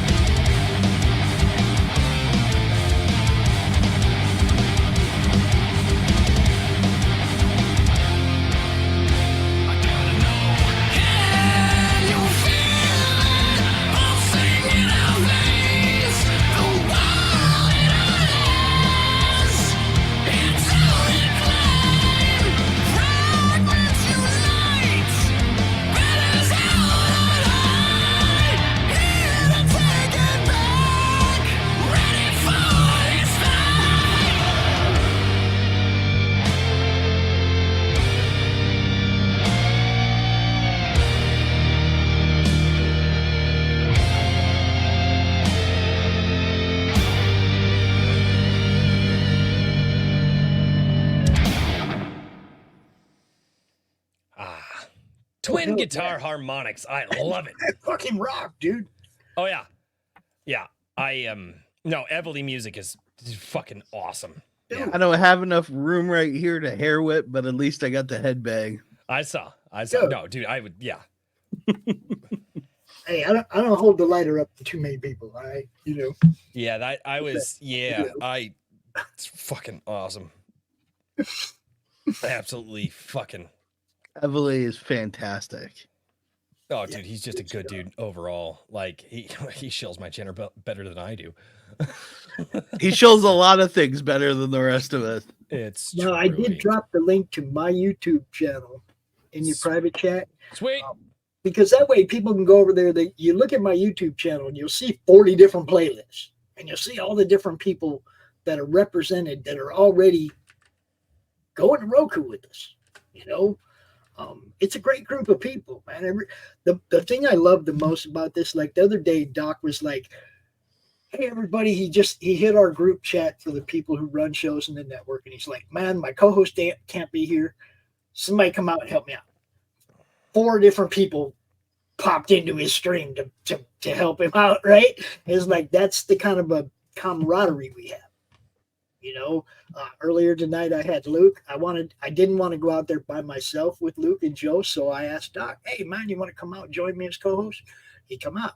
We all pick each other up. Okay, if one of us can't do a show, somebody else pops in, takes it, handles it. You know, I've done Doc's show for him a few times when he couldn't be there. We all got each other's back. It's a great group to be part of. You know, I mean, I can't say anything more about the people running shows on the network. They're all awesome. You know, that's fucking great, dude. I'm really excited about this, and let's get to some of the questions, because I know it's been eating at you, because you're like, Royce, why don't you read the questions during the show? No, it's okay. And the answer is I fucking suck hopefully at I this. might have already answered some of them. I think you did. Well, so the first one here, and like I said, I don't just grab the super chats. I do grab questions that come in as well. I mean, if the show got so big that the chat was just, you know, like okay, there's a point where I can't grab, you know, all the questions, but I'm not there yet, and that's the glory of being a small channel right now. But Garham, he's got a couple of things that he wanted to say in the chat real quick. But Garham said, will the Roku channel allow for live interaction? That's not how Roku works. It's like Netflix. It's just like going to watch a show. It's like going to Netflix, but again, so for instance, this would be something like if you guys went over to Roku and you watched the channel a bunch, and we got those Roku ads right out of the way, and then we got the other ads out of the way, it's funded by ad revenue. So it's not necessarily funded, but if you guys missed the live show here on Friday nights, you go over to Roku, watch it, you're gonna get a couple of ad breaks, and it gives like creators like us the option to I don't know. Is there John A. Douglas? John A. Douglas just released a book. Did you guys hear about that? It's not fake, guys. But he's got this fantastic trailer. We could drop his trailer for his book that he just released, you know, at a break point for the show, right? We could do these things. We could have those options. So you guys go, you put it on your TV, you buy the little stick that you plug into the back of your HDMI in the back of your monitor, and you can watch it like you would traditional television. Right. And you're going to get a couple of ads there. But the other side of that is that it is a place for us to go. It is a place for us to gather. So untapped audience, guys. Untapped audience of millions of viewers. Well, potentially. But here's the other side of it. It's a way to bring the already tapped audience that's on YouTube that recognizes that people could get kicked off YouTube right now. And they could go over to the Roku and not have to worry about any of that, right? True. And you won't worry about YouTube chopping it up and playing ads every 8 minutes of crap you don't want to see. Exactly. Yeah, that too. Exactly. We can play. I mean, this show goes. It can go. This show. I would love to say it's usually around. That's a fucking lie. This show does whatever it wants to do. This show has been an hour and a half before, and we've bounced. This show has been 4 hours. We almost went 4.5 hours. Who Who was that we did the almost for? Was it the Rippaverse crew or was that? No, it was No. no. Who was it that we just recently did? Oh no, we had the Saskas on. It was Carol. No, it wasn't. Who was it? I don't remember. We've Too many shows so far. Too many shows. But The anyway. longest show you can't But remember. every half hour we could break it up. You know, we hit the half hour point. We plop it. Well, I have an excuse. I'm usually drunk as shit by the end of the show. I know, dude. You're still a full hand above the chair. Well, headbanging wakes you up. Dude, I can't headbang. I get the biggest fucking headache from it. I can't. I've tried in the past. It doesn't. Me and headbang. But RH Snow. RH Snow. Hail RH Snow. So like Hello, RH Snow, Queen. we could plop a Watcher of the Damned trailer ad on Roku. Bam, for RH Snow. She says, hey, hey, I'd like to put this in your ad library for, a few months. And she could tell us about it. Hey guys, I put it in the ad library or whatever. And then we can go and we could run RH Snow ads. Yep. In the show for, I don't know what the price is going to be. That's a thing that you and the creators have. I'm not even going to pretend. No, that's the beauty of it. This is on you as a showrunner. Okay. You look in our ad library and you go, I do want to promote a couple people during my show. So I'm going to go look in the ad library. Okay. And then you see RH Snow and you go, that's one of my people. I'm going to play that ad.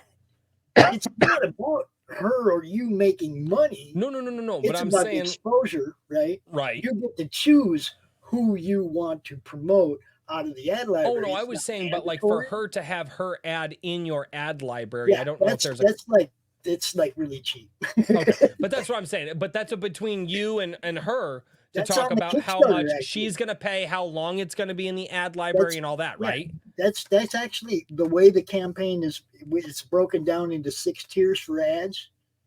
Okay, like a 1 month tier is like $20. Okay, we'll play your ad, and we guarantee at least 3 times a day, because with all the shows we have and all the people who promote each other, I'm not worried that everybody's ad ain't gonna get played 3 times a day. We got 40 shows a week, right? And if we're talking about uploaded content as well, that's not even going to be an issue. We got 2,600 videos just on my YouTube channel now, not counting new additional shows that will be coming in. So, we have a ton of content if we get to that first stretch goal that we can drop on day one.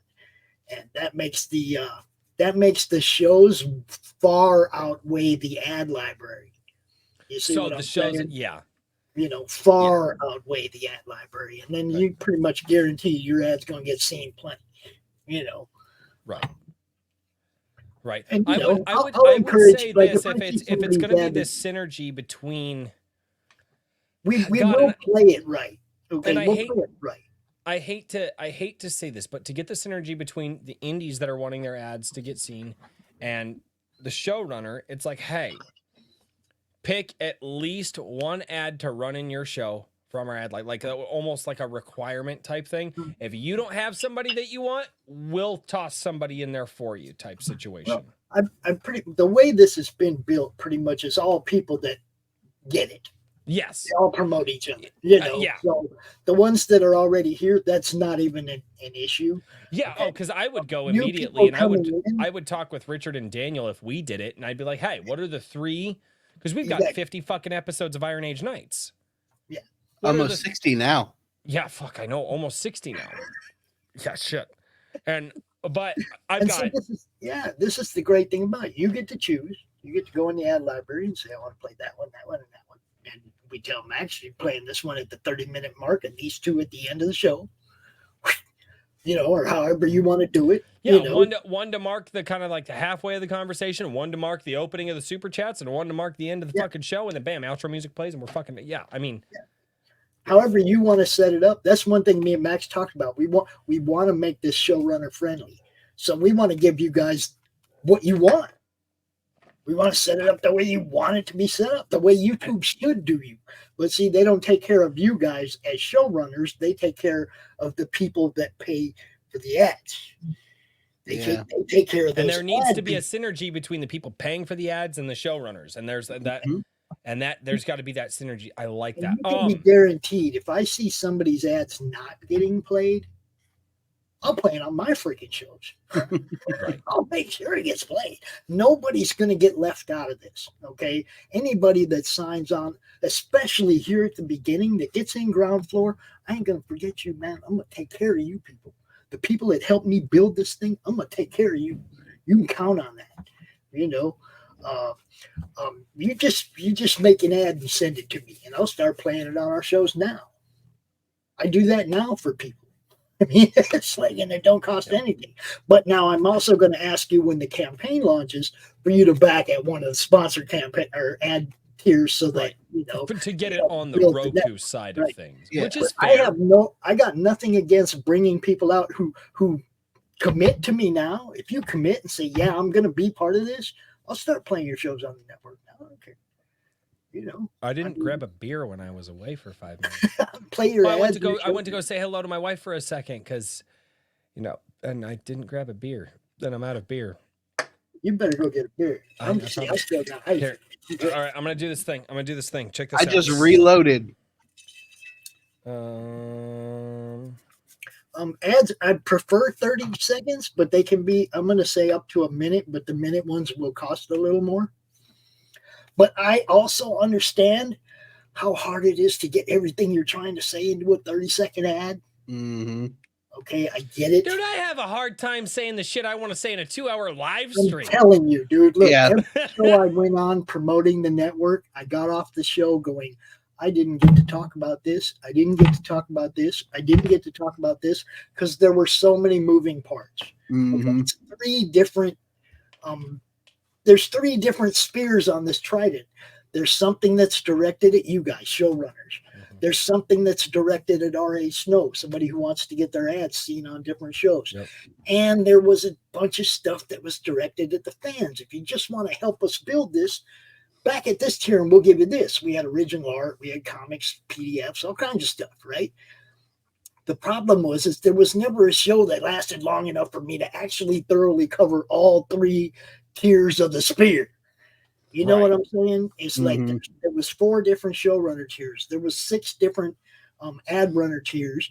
And then there was like 30 different freaking fan stuff. There was so much fan stuff too, right? But I could never get all of it covered in a show because there was so much. Yeah. I'm hoping this time people will be up on it ahead of time.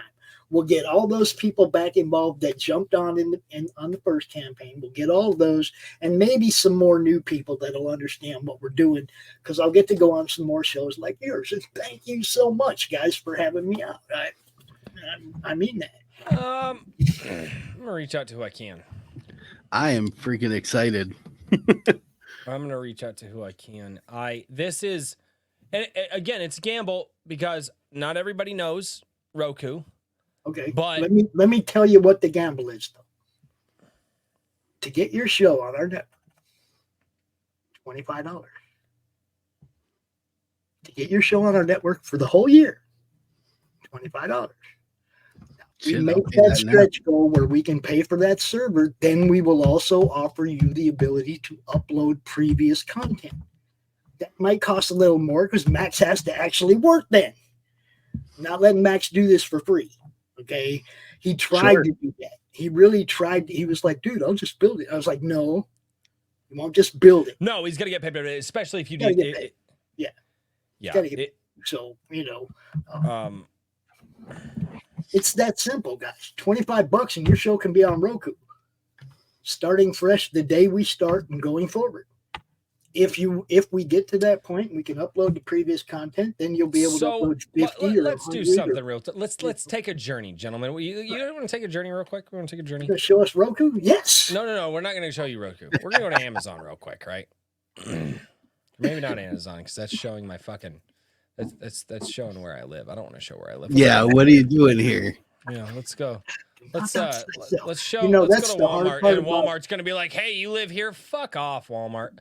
So let's go over here. Let's go to Walmart because this is where I go and I buy all my Roku stuff. And let's show people what we're talking about for those that don't know. It's got a lot less to Tim Allen in the chat.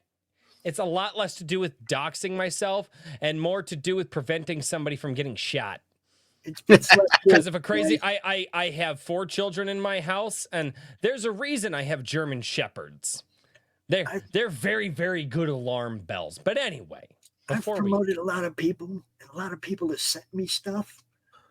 Everybody knows where I live already. There ain't So let's go over here. So let's go over Walmart.com. Here's Roku, guys. You buy a fucking stick. You can plug it into stuff. Comes with a remote. There's a stick. Look at that. $28 to buy a Roku device, guys. Look at this. Hold up now. Let me tell you the cool part about this. We actually had a Roku stick tier on the campaign. So if you didn't have a Roku stick, you could get it on the campaign. And not only that, but it would come with this cool sticker. Hold on. So, and then let's go up here. And then I'll show Roku TVs real quick. Bam, look, you can go buy Roku TVs right here. Bam. They have the Roku software. Yep. You buy Redoubt Productions. You buy a fucking stick, you put it into stuff. Royce 2023. You see, and you get one of these cute little stickers right on your Roku stick. That's fucking cool. Nice. I like that. What's the Roku channel called? Madness Comic Network, right? Madness Roku Network. We'll be the Madness Roku Network. We're the Madness Comic Network out of YouTube, right? But when we go to Roku, because I want to expand outside of just comics, I want, like you said, the streams, the wrestling stream, the other stuff that's also pop culture. Yep. Okay, I want to expand. We had one guy that bought on to bring his show, a guy out of Arizona called SK Hobbies. And what he does is RC car content. Where they build and race RC cars, dude. Cool. He was bringing his show. Awesome. Man, so, dude, this is for the stuff we love, guys. It's for everything. It's for hobbies, for movies, for comics, for the stuff we love, so that they can't take it away from us. They can't ruin it no more. At least we have one place where we can go out and actually be real about it, right? And do our thing. You know, Roku's our spot. And here's the thing: is I already know how Roku works because, again, those are the only TVs that I buy. Because they don't listen to me. Anyway, okay, let me get at this chat real quick. Does Roku TVs watch me and make snark fed posts about me? No, not to the best of my knowledge. Roku's actually one of the few that doesn't do that. Correct. It's why I won't buy an Amazon TV. It's why I will only, personally in my household, I only buy Roku TVs because they don't do any of that. They don't have voice activation. They're not listening into your household. It's just a TV with some software on it that you can get apps, right? You can get. That's also why they're somewhat cheaper than the more mainstream stuff. Yes. Because they don't have those embedded technologies put in them. Exactly. And so... So for those of you who don't know, so I mean, a lot of people may or may not have their problems with it, but I've watched Glenn Beck for years. And a lot of people, oh, Glenn Beck, shut the fuck up. But when he was building his Blaze network, right? And I believe it was DirecTV or one of them fucking satellite channels booted his channel off the network because he was controversial, right? So Blaze TV didn't get canceled off of YouTube. They got canceled off of a fucking satellite television fucking network, right? They were not allowed on. They went over to Roku, and Roku was like, yeah, we'll have you on, whatever. Who gives a shit? Yeah. And they started promoting the Roku stuff. And they were like, look, you can buy a TV, you can buy a box, you can buy a stick that plugs in. Bam. It's there. Yeah, you can buy a stick to put in things. Yeah, you buy a fucking stick, you put it into fucking things. That's what you take that stick, put it into things. Anyway, but guess what? You also have the Roku thing. So let's say this, guys. Let's say we love RH Snow. No, RH Snow is awesome. She said, I will not allow Alexia or TikTok or any new TVs. And I'm like, smart. Yeah. And so, no, I won't have an Alexa or anything. So the Roku stuff is nice because you can get a TV like I have. I have 2 TVs. And you can go, well, shit, I want to watch YouTube on my TV. Guess what? You can literally just download the app that's already there.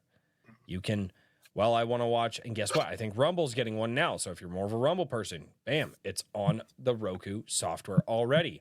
Oh, there's this other thing. You can get all of your major stuff that you want to watch over there in an app like Crunchyroll. Crunchyroll is already over there. You can go watch just, again, like I already said, Blaze TV. There's Tubi, tons of different. Pluto, there's a Yeah, bunch of Pluto, a lot of these places, right? You can get, again, Netflix is over there. So all of the major apps, he is talking about basically having like a Netflix, but just on your TV, but for the shit that we care about. yeah. That, like, what we want to see. For the things we love, guys. The things we love. This and that's exactly how I titled it on the Kickstarter campaign, was for all the things we love, because I wanted everybody to understand that we're evolving beyond the comics. Not that we're leaving them out, because God help me, that's where my love comes from for all this. Okay, I'm not an MCU guy. I'm not a DCU guy. I'm not an animation guy. I'm not any. I came out of comic books. Okay, the actual printed shit you hold in your hand. All right, that's where my love comes from. Okay, some of these people that have been doing this for years, okay, like Mike Barron and whatnot, these guys have given me a lifetime of entertainment. A lifetime. Do y'all put a value on that? Do you ever stop and think about the value of some of the stuff you love that other people have provided for you? Mm-hmm. I'm an author. I think about that all the time. See what I'm saying? I think about it too, because these guys gave me a lifetime. So Mike Barron's still doing it. Okay. Let me. There's also all these new people that are going to do it for my son and my grandkids. So let me put it to you this way, Pops. I've done it. This is what I say every week, right? And if you watch and if you don't watch the show, that's fine. I don't. But I tell people all the time: you come to my channel and you dedicate some time to me and leave a comment. I do a live stream every Sunday where I go and I read your comments and I talk with you guys. Because if you're going to dedicate time to me, I'm going to dedicate it right back. And I say that very intentionally because I came to the conclusion, there's kind of a paradox we live in. Time is the only thing we actually own in this world that can't really be taken from us. It really can't. I mean, don't get me wrong. Yeah, somebody could capture you, take you somewhere. Yeah, they could take your life, they could take your experiences, but I mean, unless somebody drops you dead, time is really the one thing that you have control over in this life. It's the one commodity, and it is also the one commodity that ages as fast as you do. So you only have so much of it, but you can do with it whatever you want, damn near. Again, barring certain circumstances. And I realize that. And so when you say, do you ever think about what those people did for you? The hours upon hours upon hours of entertainment that they gave, the ability for me to imagine something else, the ability for me to think of other things. Yeah, I do.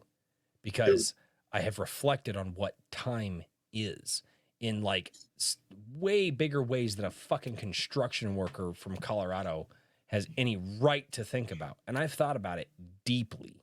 Dude, and see, it was something I thought about. Like I said, when Emerald City went down and the whole thing fell apart, it was like all I could think about was my friends. What are they going to do? I wasn't an artist or a comic guy. I didn't have no skin in the game. Okay, but I had time.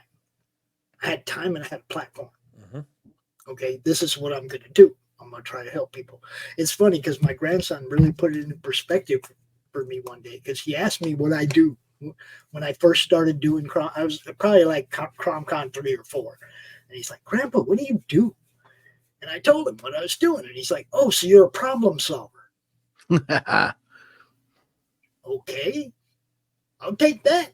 You know, it's like he simplified it. That's really what I was trying to do, was solve a problem for some of my friends who really had a huge freaking problem.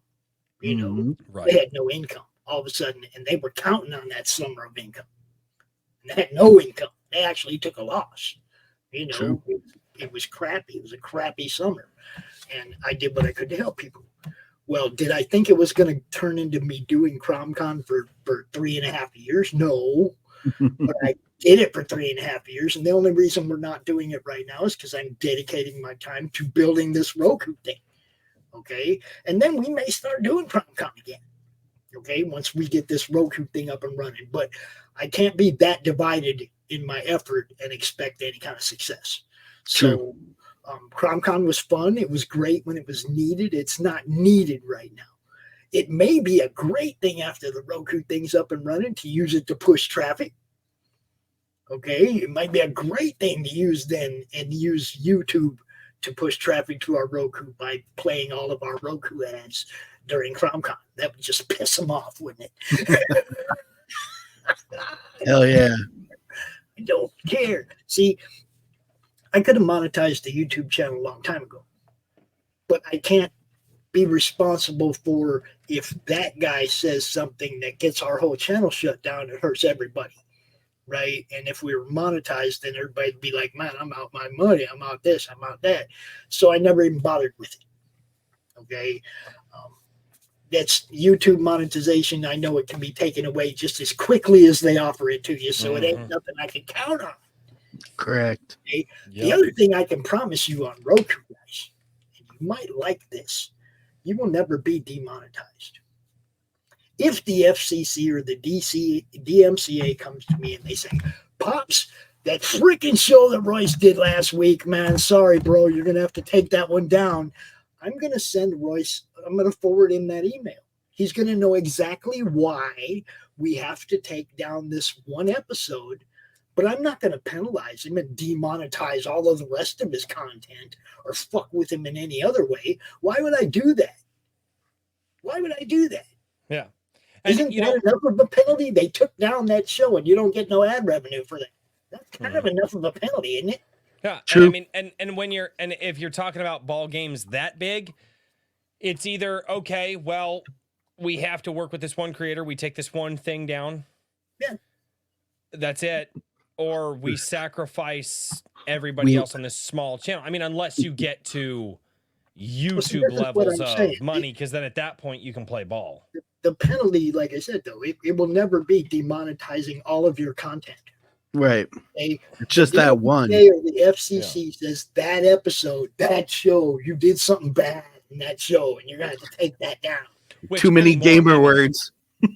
That's just it. Roku doesn't have that. And the FCC ain't looking at that like YouTube and Google do. They're not. There ain't going to be really no not. It's actually algorithm interesting. that are picking your words out and throwing them back at you. Okay? Right. You see what I'm saying? But, I'm not building that. Let's get to some of these other questions really quickly. So RH Snow, loving that, Roku TVs watch me, make me. Nope. We already read that one. Tim Allen, can the Roku stick work on a PC?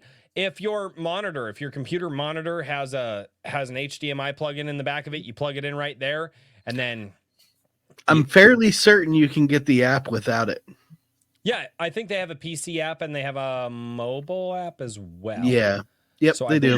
I believe they do have the apps as well. And then you just so you don't even need a stick. Need one of the sticks to put in something. Fuck off. I love putting sticks in things. Anyway, I have 4 kids. I'm just gonna keep attacking that one. I've got 4 kids. Like, let's not even pretend. Garham. This is question. He says, we've been discussing Discovery. What is Discovery like on Roku? Are people going to stumble upon this Roku channel without hearing about it elsewhere? Actually, potentially, yes. Yeah. Like, they don't banner shows or networks like they used to. They used to actually banner stuff. Roku, where they would put it up on a banner saying, here's this new show or new network or whatever. They don't do that no more. But look, guys, this is what I do. Yeah. This is what I do. I'm not going to stop doing what I do. And that's the thing is, anybody else signing up for it, you'd be stupid not to tell people about it and say, go the fuck over here, guys. It's a fucking app. We can figure out, it's an app. It's a stick that you put into things. It's a fucking TV that you can buy. Like, that's just... Look, the chat is not going to let you forget that, bro. Dude, the chat has not let me forget fucking anything. Like, I don't have. It becomes channel lore real easily. Dude, my hair. Dude, I just want you to know, my hair is some version of a mythological god from fucking centuries ago. Like, it's not even real hair. It is a wig that imparts power onto people. It's fucking insane. Anyway. Yeah, his wig, my chair. These things are.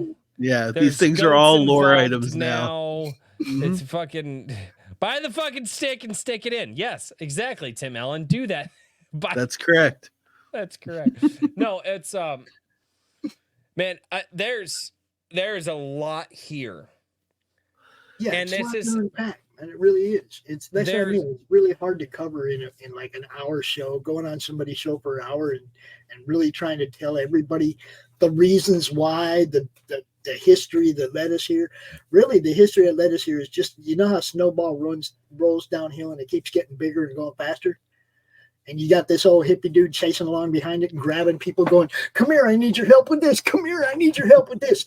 That has been my journey for the last 4 years. I could do none of this shit myself, guys. I can't build a Roku network. We're talking about Max is doing that. Okay. Mhm. I can't do that, man. That's like so far outside of my skill set. You know, I talked on the radio, guys. That's the best thing I ever did. Okay, now I do it on YouTube, right, or whatever. But you know what I mean? It's like this fit me. Okay, I worked for Z-Rock for a while. I was a really good DJ sidekick. Okay, now do you remember back in the day when Mountain Bell and Northwestern Bell, when Bell was the telephone company? Yeah. You remember okay, that you far can knock back? that shit the fuck off. Do you I'm remember that? old. It's fine. Yeah. I remember. Okay, now check it out. I was a call kid me when they Pops went out. Like I was at my grandmother worked for them. Like Hold up. Yeah, I know. My stepdad worked for them for like 50 jeez, years. man. or so. Jeez. But check it out now. This is hilarious because they call me Pops Van Zant now. They called me Pa Bell on the phones on Z-Rock back in the day because I answered the Jeez. phones and I was the guy on the side that always made the shitty jokes on the side when the DJ's talking, right? That was me. I was the sidekick, right? But they called me Pa Bell. That's how long ago I was doing radio. Jeez. That's me for Royce. I just make the crackhead I didn't comments. have internet yet when I was doing I- radio, dude. I'm not serious. allowed to do that. Well, I've thought about that too. So God, we could keep going on this for quite a while, but I think a lot. Already seeing people down in the chat that they are definitely fucking interested. And so, guys, here's what you're gonna do.